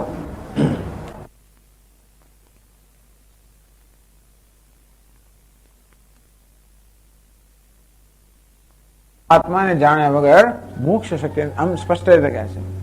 આ ઉલટી રીતે કહ્યું તો જે માણસ આત્માને જાણ્યા વગર મોક્ષની ઈચ્છા સેવે છે એ માણસ કેવો છે? આકાશને ચામડાથી ઢાંકી દેવાની, અથવા ઘણી વાર એવું ભાષણ કરે કે ચામડાને જેવી રીતે આપણે ગોળ વાળી લઈએ તેવી રીતે આકાશને ગોળ વાળી લઈએ, ચાલો એમ સમેટી લઈએ. આકાશને સમેટવાની ઈચ્છા, કેવી ઈચ્છા છે? આત્માને જાણ્યા વગર મોક્ષ પ્રાપ્તિની ઈચ્છા જેવી છે તેવી જ ઈચ્છા, અર્થાત અશક્ય છે. એટલે કહ્યું ચરવત આકાશ વેશ અસંભવત. જેમ ચામડાથી કોઈ આકાશને ઢાંકી ના શકે, મળી ના શકે, તેવી રીતે જ્ઞાન વગર મોક્ષ પ્રાપ્ત ન થાય. અવિદુષ મોક્ષ અસંભવ શ્રુતે. આ રીતે અજ્ઞાની મનુષ્યને મોક્ષ પ્રાપ્ત ન થાય એ કહ્યું. જ્ઞાનાત કૈવલ્યમાં આપનોતિ. અને કહે છે પુરાણમાં કહેલું છે જ્ઞાનાત કૈવલ્યમાં આપનોતિ. એ જ્ઞાનથી જ કૈવલ્ય મોક્ષ પ્રાપ્ત કરે છે. એ રીતે પુરાણ સ્મૃતિ, ટૂંકમાં ઉત્તર આપવામાં આવ્યો કે આ રીતે શાસ્ત્રમાં બહુ સ્પષ્ટ છે કે માત્ર જ્ઞાનથી જ મોક્ષ પ્રાપ્ત થાય અને મોક્ષ પ્રાપ્તિ માટે બીજો કોઈ માર્ગ નથી. અને તમે જ આખી યોજના શરૂ કરી એ યોજનાને શાસ્ત્રની સંમતિ નથી, તર્કની સંમતિ બતાવશે, શાસ્ત્રની સંમતિ નથી. પછી આગળ દલિત બતાવશે કે એને તર્કની પણ સંમતિ નથી. ચાલો એ પછી આપણે જોઈશું. ઓમ પૂર્ણમદ પૂર્ણમિદમ પૂર્ણાત પૂર્ણમુદચ્યતે પૂર્ણસ્ય પૂર્ણમાદાય પૂર્ણમેવાવશિષ્યતે. ઓમ શાંતિ શાંતિ શાંતિ. શંકરં શંકરાચાર્યં કેશવં બાદરાયણં સૂત્રભાષ્યકૃતૌ વંદે ભગવन्तौ પુનઃ પુનઃ. ઈશ્વરો ગુરુરાત્મેતિ મૂર્તિભેદવિભાગિને વ્યોમવદ્વ્યાપ્તદેહાય દક્ષિણામૂર્તયે નમઃ. ઓમ શાંતિ શાંતિ શાંતિ. હરિ ઓમ. શ્રી ગુરુભ્યો નમઃ. હરિ ઓમ.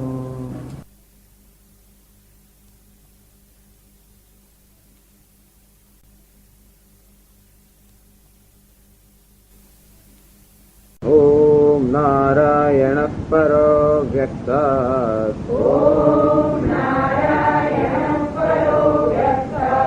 અંડમવ્યક્તસંભવમ અંડસ્યાन्तस्ति मे लोकाः सप्तद्वीपा च मेदिनी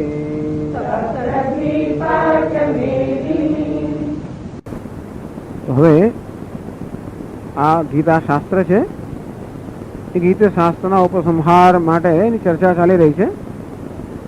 શંકરાચાર્ય મહારાજ ભગવદ્ ગીતામાં ભગવાને જે ઉપદેશ કર્યો એ જે સિદ્ધાંત છે સિદ્ધાંતનો ઉપસંહાર કરી રહ્યા છે, ચર્ચા કરી રહ્યા છે કે ભગવાને જે ઉપદેશ આપ્યો એમાંથી આપણે શું તારણ કાઢવું કે શું માત્ર જ્ઞાનથી મોક્ષ પ્રાપ્ત થાય છે કે કર્મથી મોક્ષ પ્રાપ્ત થાય છે કે જ્ઞાન અને કર્મ બંનેના સંયોગથી કે સમુચ્ચયથી મોક્ષ પ્રાપ્ત થાય. ભગવાને શું કહ્યું?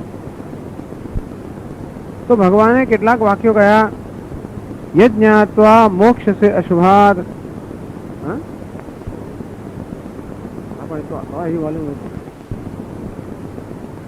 यज्ञात्वा मोक्ष से अशुभात. જે જ્ઞાન પ્રાપ્ત કરને તો અશુભમાંથી સંસાર મુક્ત થઈ જશે. આમ આ પ્રકારના વાક્યો દ્વારા આપણે જણાય કે ભગવાન સ્પષ્ટ કહી રહ્યા છે કે જ્ઞાનથી મોક્ષ પ્રાપ્ત થાય. કર્મણ્યેવાધિકારસ્તે મા ફલેષુ કદાચન. અર્થાત કર્મમાં તારો અધિકાર છે. કુરુ કર્મૈવ તસ્માત્ ત્વમ. મારા અર્જુન તું તો કર્મ જ કર. આમ ભગવાન અર્જુનને કર્મની હિમાયત કરી રહ્યા છે. બસ એમ જણાય કે કદાચ કર્મથી મોક્ષ પ્રાપ્ત થતો હશે. અને એમ પણ કલ્પના કરી શકાય કે જ્ઞાન અને કર્મ બંનેના સંયોગથી મોક્ષ પ્રાપ્ત. ભગવાનના વચનોમાંથી આ પ્રકારે અવિજાતનો કદાચ સંશય જાગૃત થાય. એટલે શંકરાચાર્ય મહારાજે આ સિદ્ધાંતનું નિરૂપણ કરી રહ્યા છે કે આત્મજ્ઞાનસ્ય તો કેવલસ્ય નિશ્રેયસ હેતુત્વમ. આત્માનું જ્ઞાન, આત્મા જે છે એ પ્રકારે કેવલસ્ય આત્મજ્ઞાનસ્ય, માત્ર આત્માનું જ્ઞાન જ આપણને મોક્ષનું સાધન છે. મોક્ષ માટે આત્મજ્ઞાન સિવાય બીજા કોઈ પ્રકારના સાધનની જરૂરિયાત નથી. એટલા જ માટે કે બંધન એ એક ભ્રમ છે, અજ્ઞાનમાંથી જન્મેલો ભ્રમ છે. એટલે આત્માને વાસ્તવિક ન જાણવાને કારણે, આત્મા વિશે જ ખોટા ખ્યાલ સેવવાને કારણે આપણે બંધનની એક લાગણી અનુભવી રહ્યા છીએ. તો બંધનની લાગણી આત્માના અજ્ઞાન જન્મી હોવાને કારણે આત્માના જ્ઞાનથી દૂર થાય. એ કર્મથી એટલા દૂર ન થાય કે આ કર્મ એ બંધનનું વિરોધી નથી. બંધન પણ અજ્ઞાનથી જન્મેલો છે અને કર્મ પણ ઈચ્છામાંથી ને છોડ અજ્ઞાનથી જન્મતું હોવાને કારણે કર્મ એ બંધનનું વિરોધી નથી. માટે એનો નાશ ન કરી શકે. જેમ માત્ર પ્રકાશ જ અંધકારનો નાશ કરી શકે તેમ માત્ર જ્ઞાન જ અજ્ઞાનનો નાશ કરી શકે. અને સંસાર કે બંધન માત્ર અજ્ઞાન ઉપજ હોવાને કારણે એ જ્ઞાનથી દૂર થઈ શકે. આ પ્રકારે જે કહ્યું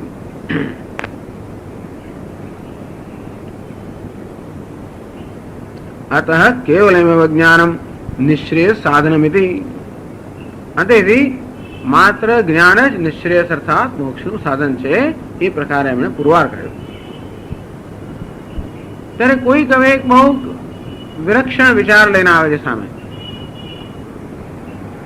કે જો આપ કહો છો કે માત્ર જ્ઞાનથી મોક્ષ પ્રાપ્ત થાય એનો અર્થ એ થયો કે મોક્ષ પ્રાપ્ત થયા પછી જ્ઞાનીએ કોઈ કર્મ કરવાની આવશ્યકતા રહેતી નથી. એટલે કે જ્ઞાનને કોઈ પ્રકારની હવે ફરજ કે કર્તવ્ય રહેતું નથી, એને કોઈ ઋણ ચૂકવાનું રહેતું નથી. તો આપણા શાસ્ત્રનો ખ્યાલ એ પ્રકારનો છે કે જે કર્મ આપણે કરતા હોઈએ છીએ એટલે શાસ્ત્ર આપણને જે વિધાન કરે એ નિત્ય નૈમિત્તિક કર્મ કરતા હોઈએ છીએ એ આપણું ઋણ ચૂકવવા કરતા હોય છે. જે ઉપકાર આપણે જગત પાસેથી, દેવતાઓ પાસેથી, પિતૃઓ પાસેથી, ઋષિઓ પાસેથી પ્રાપ્ત કરી રહ્યા છે એ ઉપકારનો બદલો વળવા માટે આપણે નિત્ય નૈમિત્તિક કર્મ કરવું જોઈએ. આપ જેને એમ કહો કે જ્ઞાન માત્રથી મોક્ષ પ્રાપ્ત થાય એનો અર્થ એ થયો કે આ જ્ઞાની પુરુષે મોક્ષ પ્રાપ્ત થયા પછી કોઈ પ્રકારનું કર્મ કરવાની આવશ્યકતા નથી. એનો અર્થ એ થયો કે હવે પોતાની ફરજ પણ નહીં બજાવે. તો અકરણે પ્રત્યવાય. શાસ્ત્રમાં કહ્યું છે કે જો પોતે પોતાની ફરજ ચૂકી જાય દેવતાઓ પ્રત્યે, ઋષિઓ પ્રત્યે, પિતૃઓ પ્રત્યે, તમે ઓછું કરો વાંધો નથી. અચ્છા, you can lower the volume. તો જો આ રીતે પોતાની ફરજ ચૂકી જાય તો પાપ લાગે. તેથી નિત્ય અકરણે પ્રત્યવાય પ્રાપ્ત તો એને તમારી દ્રષ્ટિને મોક્ષ પ્રાપ્ત થયો, પરંતુ હવે એવો વહેમ ધરાવે છે કે હું તો મુક્ત થઈ ગયો. અને તેથી હવે કોઈ પ્રકારની ફરજ ના બજાવતો હોય, દેવતાઓ એટલે ઋષિઓને કે પિતૃઓ તર્પણ ના કરતો હોય અને દેવતાઓને પણ હવિષ ના ચડાવ આપતો હોય વગેરે, તો પછી એને વડે પાપ લાગે તો પછી કઈ જાતનો મોક્ષ છે? અને બીજું એ કહે છે કે મોક્ષ તો પ્રાપ્ત કરવાની વસ્તુ જ નથી, એ મોક્ષ તો છે જ. કોણ કહે છે? કર્મકાંડી કહે છે. કર્મકાંડી કહે છે કૈવલ્યસ્ય છે નિત્યત્વાદ. આ મોક્ષ છે તો નિત્ય છે, અર્થાત અત્યારે છે જ. અને મોક્ષ પ્રાપ્ત કરવાનો નથી, માટે તમારે આટલું જ કરવાની જરૂર છે કે તમે એવી રીતે જીવન જીવો જેથી ફરી તમારે જન્મ ના લેવો પડે. અર્થાત બંધન કોને કહેવાય? કોઈ દેહ સાથેનો સંબંધ, એનું નામ બંધન.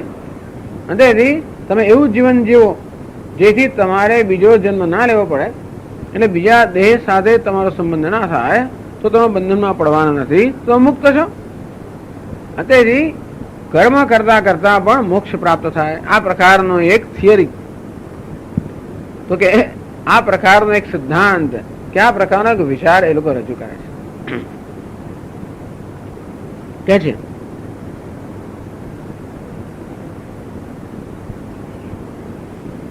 462 પાના પર છે, બીજા પેરેગ્રાફમાં ત્રીજી પંક્તિ છે. 462 પાના પર બીજા પેરેગ્રાફ ત્રીજી પંક્તિ.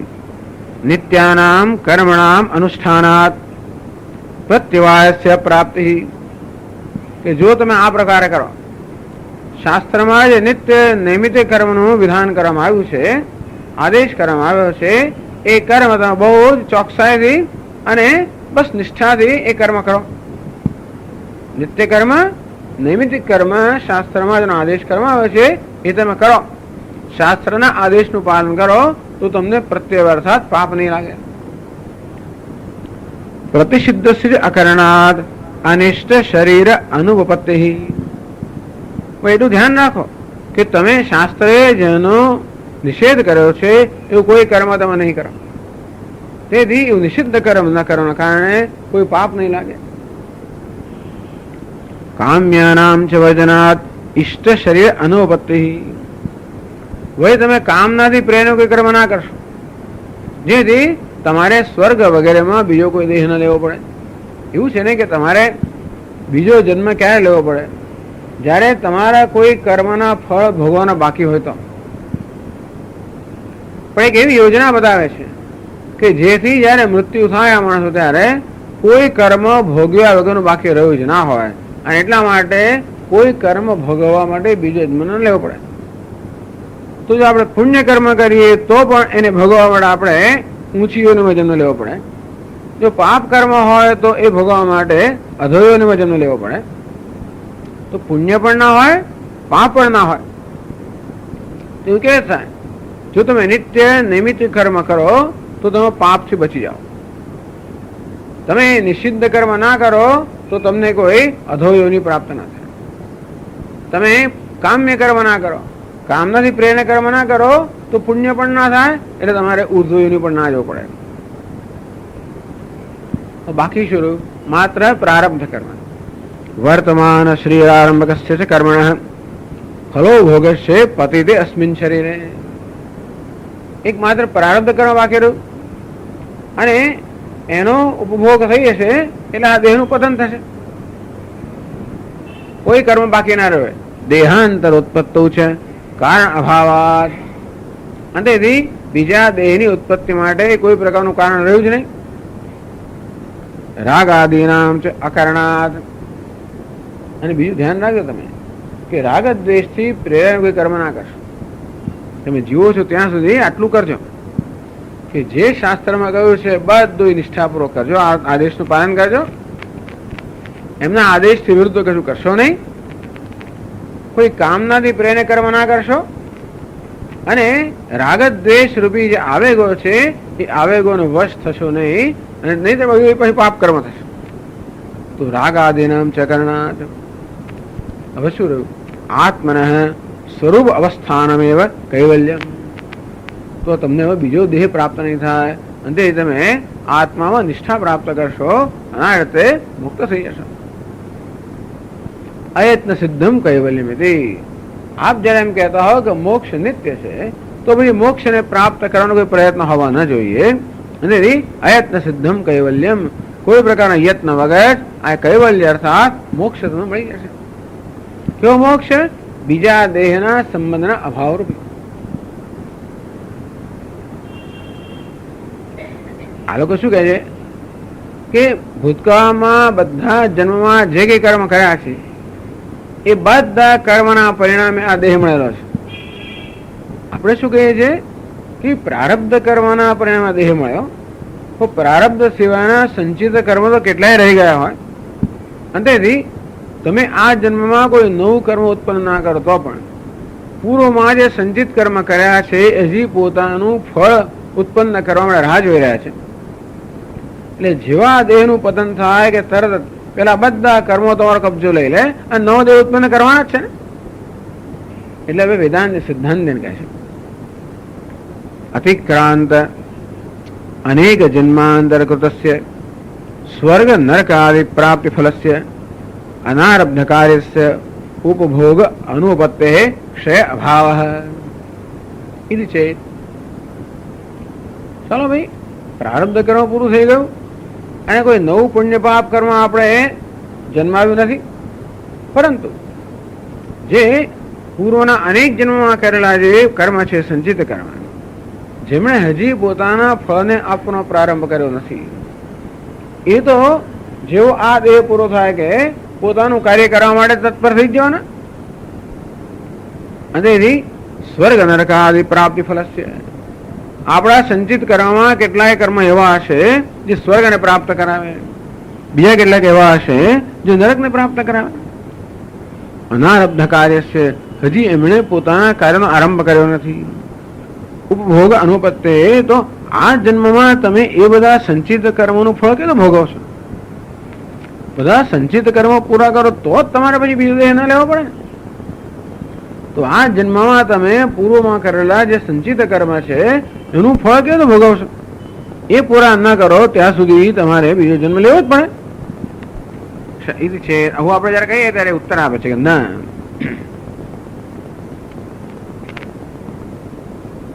તો હવે એક બહુ આ એવી ચર્ચા છે ને, બહુ એકદમ જરા ધ્યાન રાખીને સાંભળવી પડે એવી છે. અને આમ જો સમજ્યું તો આનંદ આવે એવી છે, નહીતર પછી જરાક માથું દુખાડનારી પણ છે બંને રીતે. તો હવે ઉત્તર આપે છે. ચાલો છેલ્લો પેરેગ્રાફ છે ને, જે 462 પાના પર, એ પેરેગ્રાફ વાંચી લઈએ.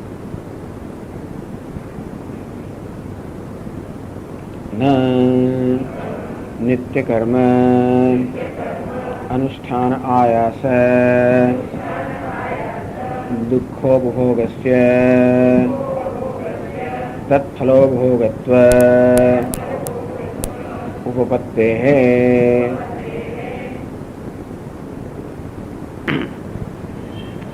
તો હવે એ શું કહે છે કે જો પહેલાના જે બધા સંચિત કર્મ છે ને એને તો કેવી રીતે ભૂતકાળમાં કરેલા કર્મનું ફળ કેમ ભોગવાય છે એ બતાવે છે. નિત્ય કર્મ અનુષ્ઠાન આયાસ દુઃખ ઉપભોગસ્ય તત્ ફલો ઉપભોગત્વ ઉપપત્તેઃ. એ જુઓ, હવે એવું છે ને કે શાસ્ત્ર આપણને શું કહે છે કે તમારે નિત્ય નૈમિતિક કર્મ કરવા જોઈએ. એટલે બહુ, એટલે તમારે આદેશનું પાલન કરવું હોય તો ઘણી તકલીફ વેઠવી પડે. 3 વાર સંધ્યાવંદન કરવું પડે, અગ્નિહોત્ર કર્મ કરવું પડે, આ કરવું, બહુ બધું કરવું પડે. વળી પૂર્ણિમા આવે એટલે પેલું કરો, અમાવાસ્યા દાડે પેલું કરો, એમ કરીને આ બધા કર્મ કરવા માટે ખૂબ બધો પરિશ્રમ કરવો પડે. અને અગ્નિહોત્ર કર્મ કરવું હોય તો આપણે અગ્નિને જાળવવો પડે 24 કલાક, એ ધ્યાન રાખવું પડે, બધા લાકડા બરોબર છે કે બધું. ટૂંકમાં બહુ જ માથાકૂટનું કામ છે. શાસ્ત્રમાં જે બધા આપણને જે ફરજ, તમે જાણો જ છો બધા કે ભાઈ ફરજ બજાવી હોય તો કેટલું દુઃખ વેઠવું પડે. ફરજ બજાવવામાં અનેક પ્રકારનું દુઃખ રહેલું છે. બસ તો આજે ફરજ બજાવવાનું દુઃખ વેઠવું પડે ને. શાસ્ત્ર આપણને નિત્ય નૈમિતિક કર્મ કરવાનું કે એ કર્મ કરવા માટે અગ્નિહોત્ર કર્મ માટે કેટલી માથામાં છે, કેટલા ધુમાડા શું શું થતું હોય છે ને, ટૂંકમાં એના કેટલી માથાકૂટ થાય છે. એક યજ્ઞનું આયોજન કરવા માટે કેટલી બધા સાધનો જાત જાતની જગ્યાએ લાવવા પડે ને કેટલું કરવું પડે. એમાં ઘણો પ્રયત્ન એટલે ઘણો આયાસ રહેલો છે, ઘણો પરિશ્રમ રહેલો છે. અને તેથી શાસ્ત્ર આપણને જે આદેશ કરે છે એ બધા નિત્ય નૈમિતિક કર્મ કરવા માટે જે પરિશ્રમ વેઠવો પડે એ દુઃખ તો ખરું ને. એ દુઃખ કોનું પડે છે? પહેલામાં કરેલા બધા પાપનું ફળ આમાં ભોગવાઈ જાય છે. એટલે કે જે નિત્ય કર્મ અનુષ્ઠાન આયાસ દુઃખ ઉપભોગસ્ય તત્ફળ ઉપભોગ ઉપત્તે. તો એને કારણ કે તમને કશું મળવાનું છે નહીં. એમાં એવું છે ને, ફરજ બધું કશું કોઈ આપણને સરપો આપવાનું નથી કે કોઈ આપણે સર્ટિફિકેટ આપવાનું નથી. આખી જિંદગી સુધી ફરજો બજાવી તો એમાં એનો તો કોઈ લાભ છે નહીં. એમાં માત્ર આપણે પરિશ્રમ જ વેઠેલો છે.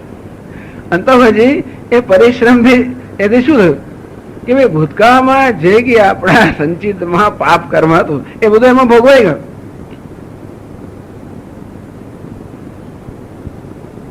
તો આગળ કહે છે પ્રાયશ્ચિત્ત બદ્ધ્વા પૂર્વોપાત દુરિતક્ષયાર્થત્વાદ નિત્ય કર્મણામ પ્રાયશ્ચિત્ત બદ્ધ્વા. અથવા એમ પ્રાયશ્ચિત્ત કરતા હોઈએ ને, આપણાથી કઈ ભૂલ થઈ ગઈ હોય, દોષ થઈ ગયો હોય તો દોષનું નિવારણ કરવા આપણે પ્રાયશ્ચિત્ત કર્મ કરીએ. તો જેમ પ્રાયશ્ચિત્ત કર્મ કરવાથી પેલા દોષનું નિવારણ થાય તેવી રીતે આ બધા નિત્ય નૈમિતિક કર્મ કરવાને કારણે જે બધો પરિશ્રમ આપણે સહન કરવો પડે છે એને કારણે પૂર્વોપાત દુરિતક્ષયાર્થત્વાદ નિત્ય કર્મણામ. એટલે ભૂતપૂર્વ જન્મની અંદર જે કે દુરિત અર્થાત પાપ કર્મ આપણે કર્યા હોય જેને કારણે દુઃખ ભોગવવાનું હતું એ દુઃખ આ રીતે ભોગવાઈ જાય છે. અને એથી પૂર્વના સંચિત કર્મ પૂરા થઈ જાય. પછી કે આગળ આરબ્ધાનામ ચ ઉપભોગેન એવ કર્મણામ ક્ષીણત્વાદ અપૂર્વાણામ ચ કર્મણામ અનારંભે અયત્ન સિદ્ધમ કૈવલ્યમિતિ. આરબ્ધાનામ ચ ઉપભોગેન ક્ષીણત્વાદ. જે પ્રારબ્ધ કર્મ છે તો આ જીવન જીવીશું એટલે ક્ષીણ થઈ જશે. અપૂર્વાણામ ચ કર્મણામ અનારંભે.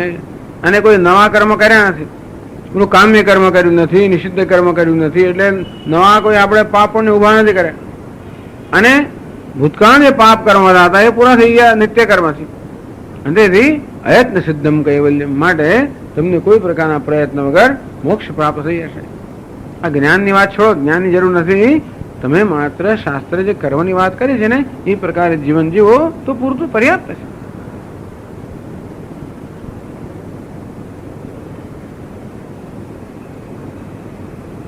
તો ઉત્તર આપે છે સિદ્ધાંત કહે છે ન તમેવ વિદિત્વા અતિમૃત્યુમેતિ નાન્યઃ પંથા વિદ્યતે યનાય इति विद्यायाः अन्यः पन्थाः मोक्षाय न विद्यते इति श्रुतेः चर्मवत् आकाशवेष्टन असंभववत् अविदुषः मोक्ष असंभवश्रुतेः ज्ञानात् कैवल्यम आप्नोति इति च पुराणस्मृतेः अनारब्ध फलानां पुण्यानां कर्मणां क्षय अनुपत्तेश्च. આપણે જોઈ ગયા છે. આમ તો સિદ્ધાંત કહે છે કે ના, તમારી વાત બરોબર નથી. તમેવ વિદિત્વા અતિમૃત્યુમેતિ નાન્ય પંથા વિદ્યતે યનાય. શ્વેતાશતર ઉપનિષદના અન્યત્ર પણ કહ્યું છે કે તમેવ વિદિત્વા મૃત્યુમત્યેતિ. એ આત્માનું જ્ઞાન પ્રાપ્ત કરીને જ મનુષ્ય મૃત્યુને પાર કરી જાય, સંસારને પાર કરી શકે.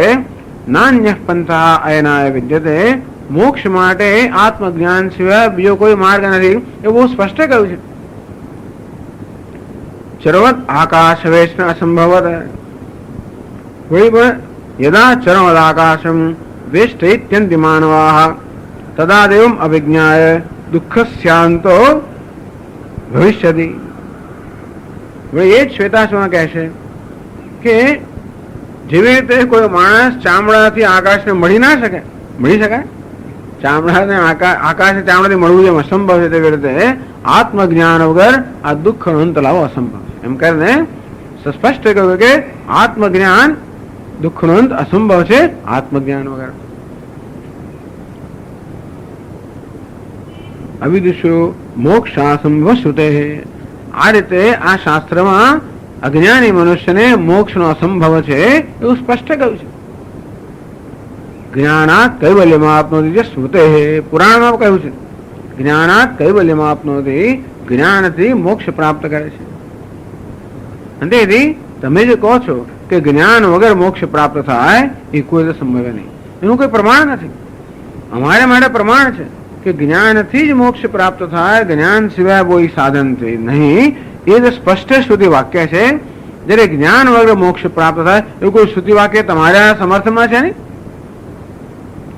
વળી આપે કહ્યું કે આ નિત્ય કર્મ કરવાથી જે પરિશ્રમ થાય એને કારણે પૂર્વમાં સંચિત કરેલા પાપ કર્મનું ફળ ભોગવાય. પણ પૂર્વમાં સંચિત કરેલા પુણ્ય કર્મનું શું? પાપ કર્મ દુઃખ થાય, કોઈ નિત્ય કર્મમાં દુઃખ ભોગવવું પડે તો પાપ ગયા. પણ પહેલા જે પુણ્ય કરેલા એનું શું?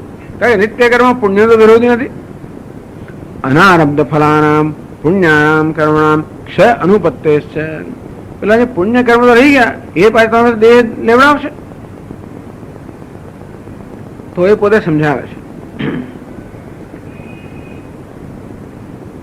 પેલો કહે છે કે શેનું પુણ્ય, એનું પાપ કર્મ જો પુણ્ય કર્મ હોય જ નહીં, તો કે ના એ પણ હોવું જોઈએ, એ સમજાવે છે.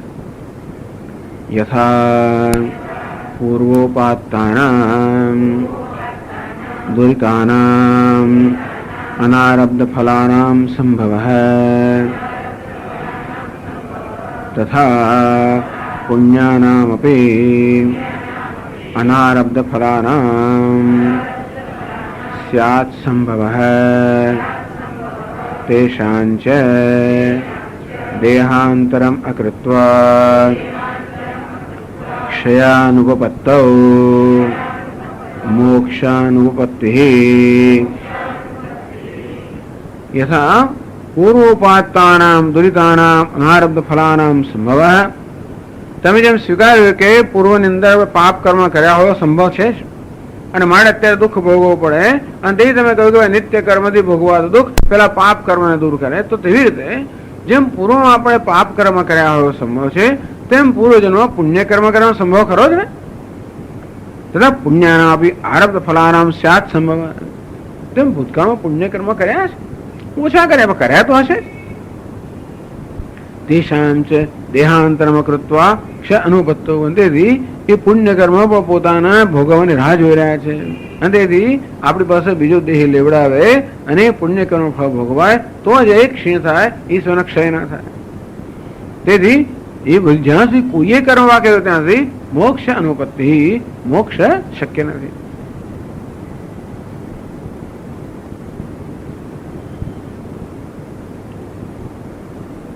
વળી પાછા એમણે શું કહ્યું? રાગદ્વેષો અકૃત્વા. તમે ધ્યાન રાખજો, રાગદ્વેષથી પ્રેમ કોઈ કર્મ ના થાય તો પછી પાપ કર્મ થઈ જાય એવું કહેલું. એ કહે છે રાગદ્વેષથી પ્રેમ કરવા એવું સંભવ જ નથી. એ કહે છે આગળ ધર્મ ધર્મ હેતુ નામ છે રાગદ્વેષ મોહાનામ અન્યત્ર આત્મજ્ઞાનાદ ઉચ્છેદ અનુપત્તેઃ ધર્મ ધર્મોચ્છેદાનુપત્તિઃ. બીજું માણસમાં ત્રણેય ગુણ છે, સત્વ, રજસ અને તમસ. તો જયારે મનમાં સત્વ હોય ત્યારે ધર્મનું આચરણ થાય, જયારે રજસ હોય ત્યારે અધર્મનું આચરણ થાય, જ્યારે તમો સવારે મોહ હોય. આમ ધર્મ અધર્મ ટૂંકમાં આ સત્વ રજસ તમસ જે આપણા સ્વભાવમાં છે કે રાગ દ્વેષ આપણી પાસે ધર્મ અધર્મનું આચરણ કરાવવાના છે. આત્મજ્ઞાનાત અન્યત્ર ઉચ્છેદ અનુપત્તે એ રાગદ્વેષ જવાના કેવી રીતે? તમે કહો છો કે ભાઈ રાગદ્વેષને વશ થઈને કામ ન, પણ રાગદ્વેષ તો મને વશ કરવાના જ છે. જ્યાં સુધી આત્મજ્ઞાન ન જન્મે ત્યાં સુધી રાગદ્વેષ જવાના નથી. આમ વિવેક ને વૈરાગ્ય જન્મે ને રાગદ્વેષ મહદઅંશે દૂર થાય છતાંય પણ આત્મજ્ઞાન ન થાય તો રાગદ્વેષ પૂરેપૂરા દૂર ના થાય. કારણ કે ત્યાં સુધી કર્તૃત્વ ભાવના રહેવાની કે અહંકારની ભાવના રહેવાની, ત્યાં સુધી કેટલેક અંશે રાગદ્વેષ રહી જ જવાના. અને જ્યાં સુધી રાગદ્વેષ રહે ત્યાં સુધી ક્યારેક લાગ જોવાની. રાગદ્વેષ લાગ જોઈ રહ્યા છે. જરાક હું અસાવધ રહ્યો કે તરત આવીને મારો કબજો લઈ લે. પેલો ક્રોધ રાહ જોઈ રહ્યો ને, જરા અસાવધ થયો કબજો લઈ લે. લોભ, દ્વેષ, ઈર્ષ્યા બધી વસ્તુઓ રાહ જોઈને જ બેઠેલી હોય. આપણે જરાક અસાવધ થયા કબજો લઈ લે, આપણી પાસે અયોગ્ય કર્મ કરાવે. અંતેથી ધર્મ આધર્મ ઉચ્છેદ અનુપત્તિ તે તમે માનતા હો કે બસ તમે ડાયા ડમરા થઈ નાખું જીવન જીવશો, કે જે શાસ્ત્રમાં કે બધા કર્મ ક્યારેય નહીં ચૂકવું. પણ તમારામાં પેલો મોહ આવે, તમો ગુણ આવી ગયા ત્યારે કે નથી ઉઠવું સવારે, તો શું કરો? સૂર્યોદય પહેલા ઉઠીને નદી કિનારે જઈને સ્નાન બાન કરીને સંધ્યા વંદન કરવાનું બધું, પણ કુદરત તમો ગુણ આવી જાય અને વધારે ઊંઘી જવાય તો શું કરો તમે? એ કર્મ ના થાય. અને કોઈ દાડો તમારા પેલી ઈચ્છા થઈ જાય કે આજે તમારે પિઝા ખાવો હોય છે, બસ થઈ જાય ક્યારેક, પછી ના પડી ગયો શાસ્ત્રમાં કે તમારે ફરાણું નહીં ખાવું, ચીઝ ના ખાવી, ફરાણું ના ખાવું, ઢીકણું 1000 વસ્તુ નહીં જ કરવાની. એવું છે ને કે શાસ્ત્ર પણ વર્તું હોય ને તો અમે સંન્યાસીનું જીવન થઈ જાય. બહુ ઓછું આપણે કરી શકીએ. ક્યારેક ક્યારેક મન થઈ જાય, રોજ રોજ ના કરતો પણ ક્યારેક તો મન થાય ને. રોજ દૂધ રોટલી દૂધ રોટલી દૂધ રોટલી, કોઈક દાડો પછી આપણે થોડા પ્રલોભન આપે, સમજ આજે ખીચડી બહુ સરસ થઈ છે, આજે પેલું થોડોક આપણે અંતેથી ક્યારેક તમે કરો છો, ક્યારેક બીજું બીજું ખાઈ લીધું, મરચું મીઠું ખાધું, વળી બાજુ પેટમાં દુખ્યું. અંતેથી એવી રીતે આ રાગ દ્વેષ તદ્દન જતા ના રહ્યો. તેથી તમે એને ક્યારેય વશ ના થાઓ, હંમેશા ડાયા ડમરા છો, એવું બને નહીં. એવું કારણે એટલે બધા અમુક સ્થળે ડાયા ડમરા હોય, બીજા સ્થળે પાછું એનું ડમરા પણ જતું રહેતું હોય છે, એવું થતું હોય છે. આ બધા છોકરાઓ ક્લાસમાં એટલા સરસ ડાયા ડમરા લાગે, બધા બહાર નીકળે ને એમનું જો તો વર્તાવ જો તો કલ્પના જ ના આવે કે આ કઈ પ્રજા છે, કઈ જાતની પ્રજા છે. તે બધાને એવું જાય છે. આપણા બધા લોકોની સમક્ષ એક પ્રકારના હોઈએ, પછી બીજા આપણા અમુક પ્રકારના મિત્રો સાથે પણ પછી બીજા હોઈએ, બીજા પ્રકારના મિત્રો સાથે જેવી જેવો સંગ, જેવી સોબત હોય એવી અસર થાય. અંતેથી ધર્મ અધર્મ છેદ અનુપત્તિ. તેથી તમે માનતા હો કે તમે રાગ દ્વેષથી ક્યારેય પણ પ્રેરાવ નહીં અને ક્યારેય ધર્મ ધર્મ આચરણ ન કરો, એ સંભવ જ નથી. વળી બીજું એક વસ્તુ એ છે કે કર્મકાંડી લોકો એમ કહે છે કે ભાઈ આ નિત્ય કર્મ તમે કરો એનું તમને કોઈ ફળ ના મળે. વિચાર કરો કેવું કહેવાય, ન કરો તો પાપ લાગે, અકારણે પ્રત્યવાય. આ તમે ફરજ ન બજાવો તો પાપ લાગે, ફરજ બજાવો તો કશું પુણ્ય ના થાય. કેવું છે એ લોકો એવું કહે છે.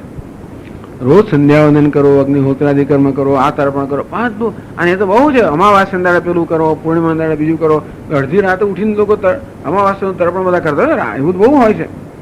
ચતુર્થી આવે એટલે પેલું જુઓ ને એ સિવાય ખવાય ને ના, એ બધું બહુ કરવાનું હોય. તો પછી એટલે આ બધું કરવા છતાં કશું તમને પુણ્ય ના થાય. એ ના કરો પાપ લાગે, પણ એનાથી કઈ પુણ્ય, એવું જ એ લોકોનું દલીલ છે. આપણે શું કહીએ છીએ કે તમે તમારા નિત્ય કર્મ કરશો એટલે પુણ્ય થવાનું જ છે પાછું, એટલે વળી પાછળ તમે પુણ્યથી બચી નહીં શકો. એ કહે છે આગળ, નિત્યાનામ ચ કર્મણામ પુણ્યલોક ફલશ્રુતે વર્ણા આશ્રમાશ્ચ સ્વકર્મનિષ્ઠાઃ ઇત્યાદિ સ્મૃતેશ્ચ કર્મક્ષય અનુપત્તિ. નિત્યાનામ ચ કર્મણામ પુણ્યલોક ફલશ્રુતે. તમે આટલો બધો આયાસ કરતા હો તો 5 પ્રકારના યજ્ઞ કરો. બ્રહ્મ યજ્ઞ અર્થાત દરરોજે નિયમિત તમે વેદનું કે શાસ્ત્રનું પઠન કરતા હો. પછી દેવ યજ્ઞ નિયમિત દેવતાઓની પૂજા કરતા હો.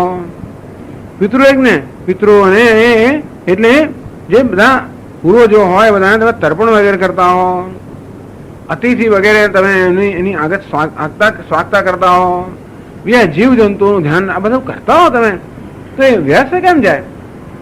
એટલે કહ્યું છે શાસ્ત્રમાં કર્મણા પિતૃલોક. આ પ્રકારે તમે નિત્ય નિમિત્ત કર્મ કરો તો પિતૃલોક પ્રાપ્ત થાય. વિદ્યા દેવલોક, એ સાથે તમે જો ભગવાનનું ધ્યાન કરો તો તમને સ્વર્ગલોક પ્રાપ્ત થાય. એ શાસ્ત્રમાં કહ્યું છે કર્મણા પિતૃલોક. આ પ્રકારે નિત્ય નિમિત્ત કર્મ કરો પિતૃલોક પ્રાપ્ત થાય. તો એટલે પછી બધું કરવા છતાં પછી પિતૃલોકમાં જવું પડશે, એટલે તો મોક્ષ તો નહીં જ મળે.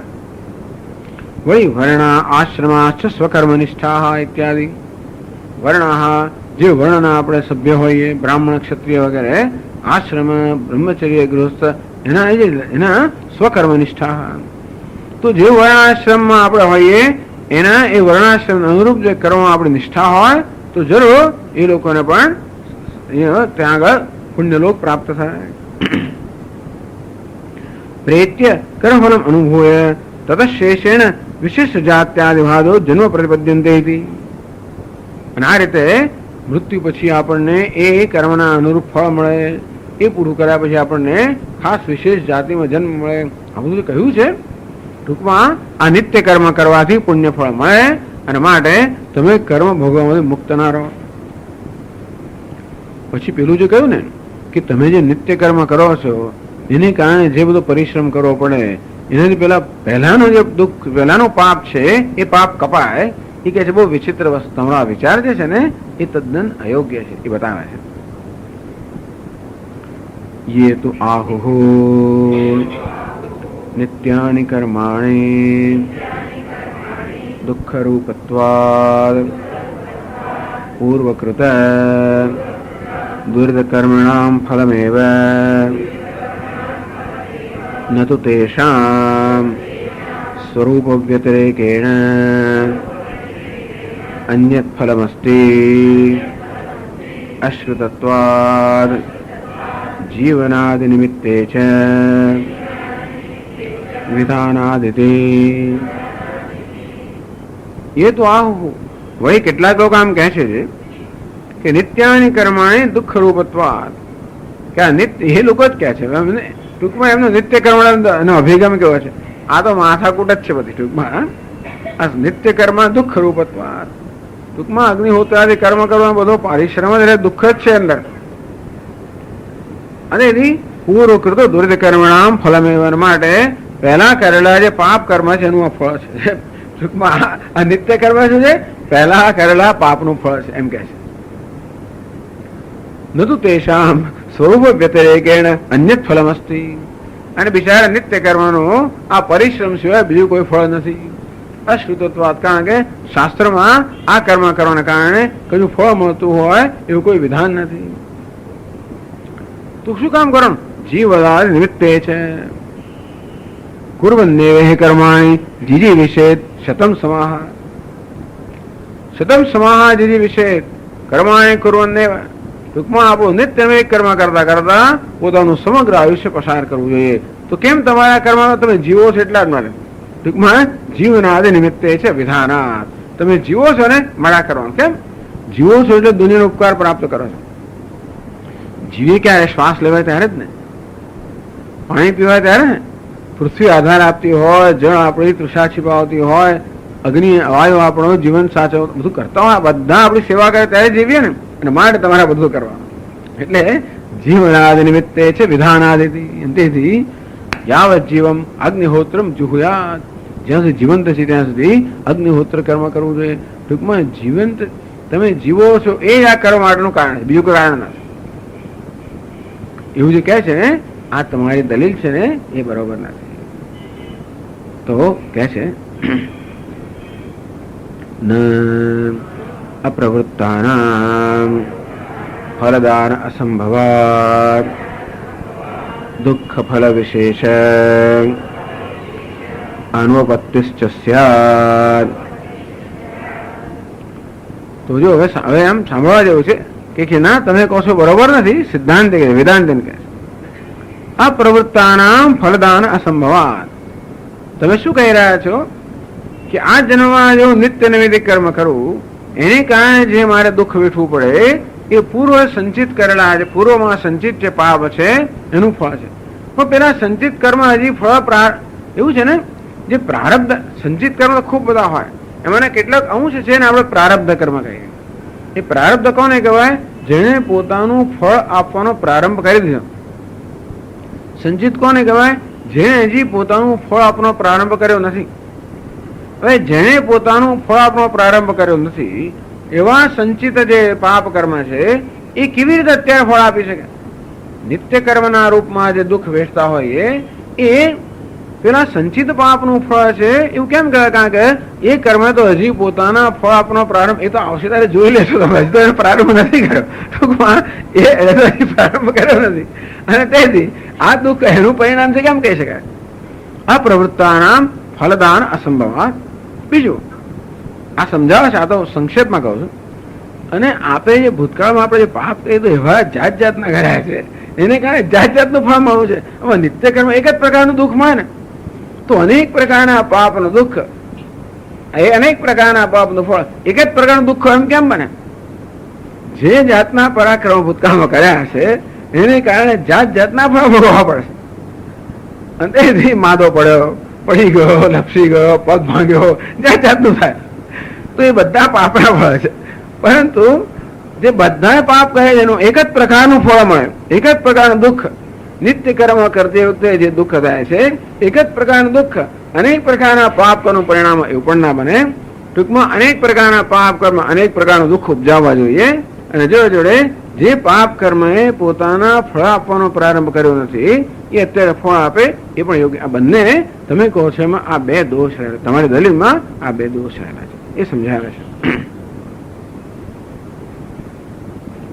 યદુક્તમ પૂર્વજન્મ કૃત દુરિતાનામ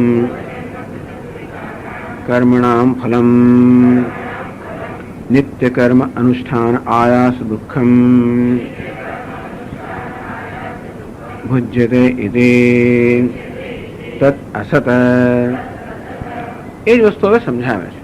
એ ઉત્તમ તમે જે કહ્યું પૂર્વજન્મ કૃત દુરિતાનામ કર્મણામ ફલમ, પૂર્વજન્મમાં કરેલા દુર એટલે પાપ, પૂર્વજન્મમાં કરેલા જે પાપ છે દુરિતાનામ કર્મણામ ફલમ, તો પાપ કર્મ જે કરેલા છે એનું નિત્ય કર્મ અનુષ્ઠાન આયાસ દુઃખમ, બસ એને કારણે નિત્ય કર્મમાં જે દુઃખ મળે છે એ દુઃખ જ બધા પાપનું ફળ જો તમે જે કહો છો એ બરોબર નથી. કેમ નહીં? તો કે છે નહીં મરણ કાલે ફલદાનાય અનંકુરીભૂતસ્ય કર્મણઃ ફલમ અન્ય કર્મારબ્ધે જન્મની ઉપભુજ્યતે ઇતિ ઉપપત્તિઃ. કેવું છે ને કે જ્યારે આપણે મરણકાલે ફલદાનાય અનંકુરીભૂતસ્ય કર્મણઃ, જ્યારે કોઈ માણસ મૃત્યુ પામે ત્યારે એનો બીજો જન્મ જે છે એ નક્કી કોણ કરે? મૃત્યુ પામે ત્યારે એના ખાતાની અંદર જે બધા કર્મ છે સંચિત કર્મ, એમાં જે પ્રબળ કર્મ હોય ને એ પ્રબળ કર્મ તે વખતે બરોબર પ્રવૃત્ત થાય અને એને બીજા જન્મ માટે પ્રેરિત કરે. એટલે આ બધા જે કર્મ એ બીજ સમાન છે. બીજ એ બીજ જયારે અંકુરિત થાય, જે બીજ અંકુરિત થયું નથી એ કોઈ ફળ ના આપે. ફળ આપણે ભૂતકાળ ક્યારે મળે? બીજ અંકુર ફૂટે, એમાંથી પછી છોડ થાય, એમાંથી વૃક્ષ થાય ત્યારે ફળ મળે. તો જે બીજ અંકુરિત થતું હોય એ જ ફળ આપી શકે. ત્યારે જે કર્મ આપણા મૃત્યુ વખતે જે કર્મ બધા પોતાનું ફળ આપવા માટે પ્રવૃત્ત થયા છે એ જ માત્ર બીજા જન્મમાં ફળ આપી શકે. પણ જે કર્મ હજી પ્રવૃત્ત થયા નથી એ ફળ ના આપી શકે. તો મરણકાલે ફલદાન અનંકુરીભૂતસ્ય કર્મણ, આપણે જેને સંચિત કર્મ એ પ્રારબ્ધ સિવાયના કર્મ કહીએ એ કર્મ તો હજી અંકુરીભૂત થયા નથી, અર્થાત પોતાનું ફળ આપવાનો પ્રવૃત્ત થયા નથી. અન્ય તો આ જન્મ શેને કારણે મળ્યો? આ જન્મ અમુક પ્રકારના કર્મને કારણે મળ્યો. ગયા જન્મ જયારે મૃત્યુ થયું ત્યારે તે વખતે જે બધા કર્મ પ્રવૃત્ત થયા એને કારણે મને આ જન્મ મળ્યો. અને બીજા કર્મ જે છે એ પ્રવૃત્ત થયા, એ રાહ જોઈ રહ્યા છે.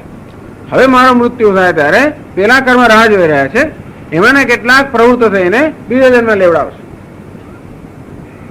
તો હવે જે કર્મએ મને આ જન્મ આપ્યો, તો આ જન્મ જે કર્મથી મળ્યો એ જ કર્મ અત્યારે ભોગવવાનો હોય ને.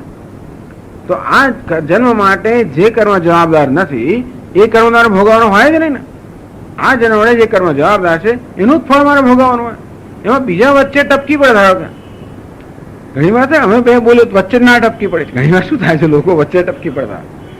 એવી રીતે અત્યારે હું જીવન જીવું છું, અમુક પ્રારબ્ધ કરવા પરિણામે એમાં પેલા કર્મ, પેલા જે પૂર્વના સંચિત દુરિત કર્મ છે જેમણે હજી અંકુરિત થયા નથી એ ટપકી પડે ફળ આપવા, એવું બને કેવી રીતે? ના બને. તો વ્યવસ્થા રહે જ નહીં ને. ગમે તે જન્મ, ગમે તે કર્મ, ગમે તે જન્મ આવીને પોતાનું ફળ આપવા તૈયાર થઈ જાય તો કોઈ વ્યવસ્થા રહે નહીં. તેથી જે પૂર્વના પાપ કર્મ જે હજી અંકુરીભૂત થયા નથી એ આપણને આ જન્મ ફળ આપે.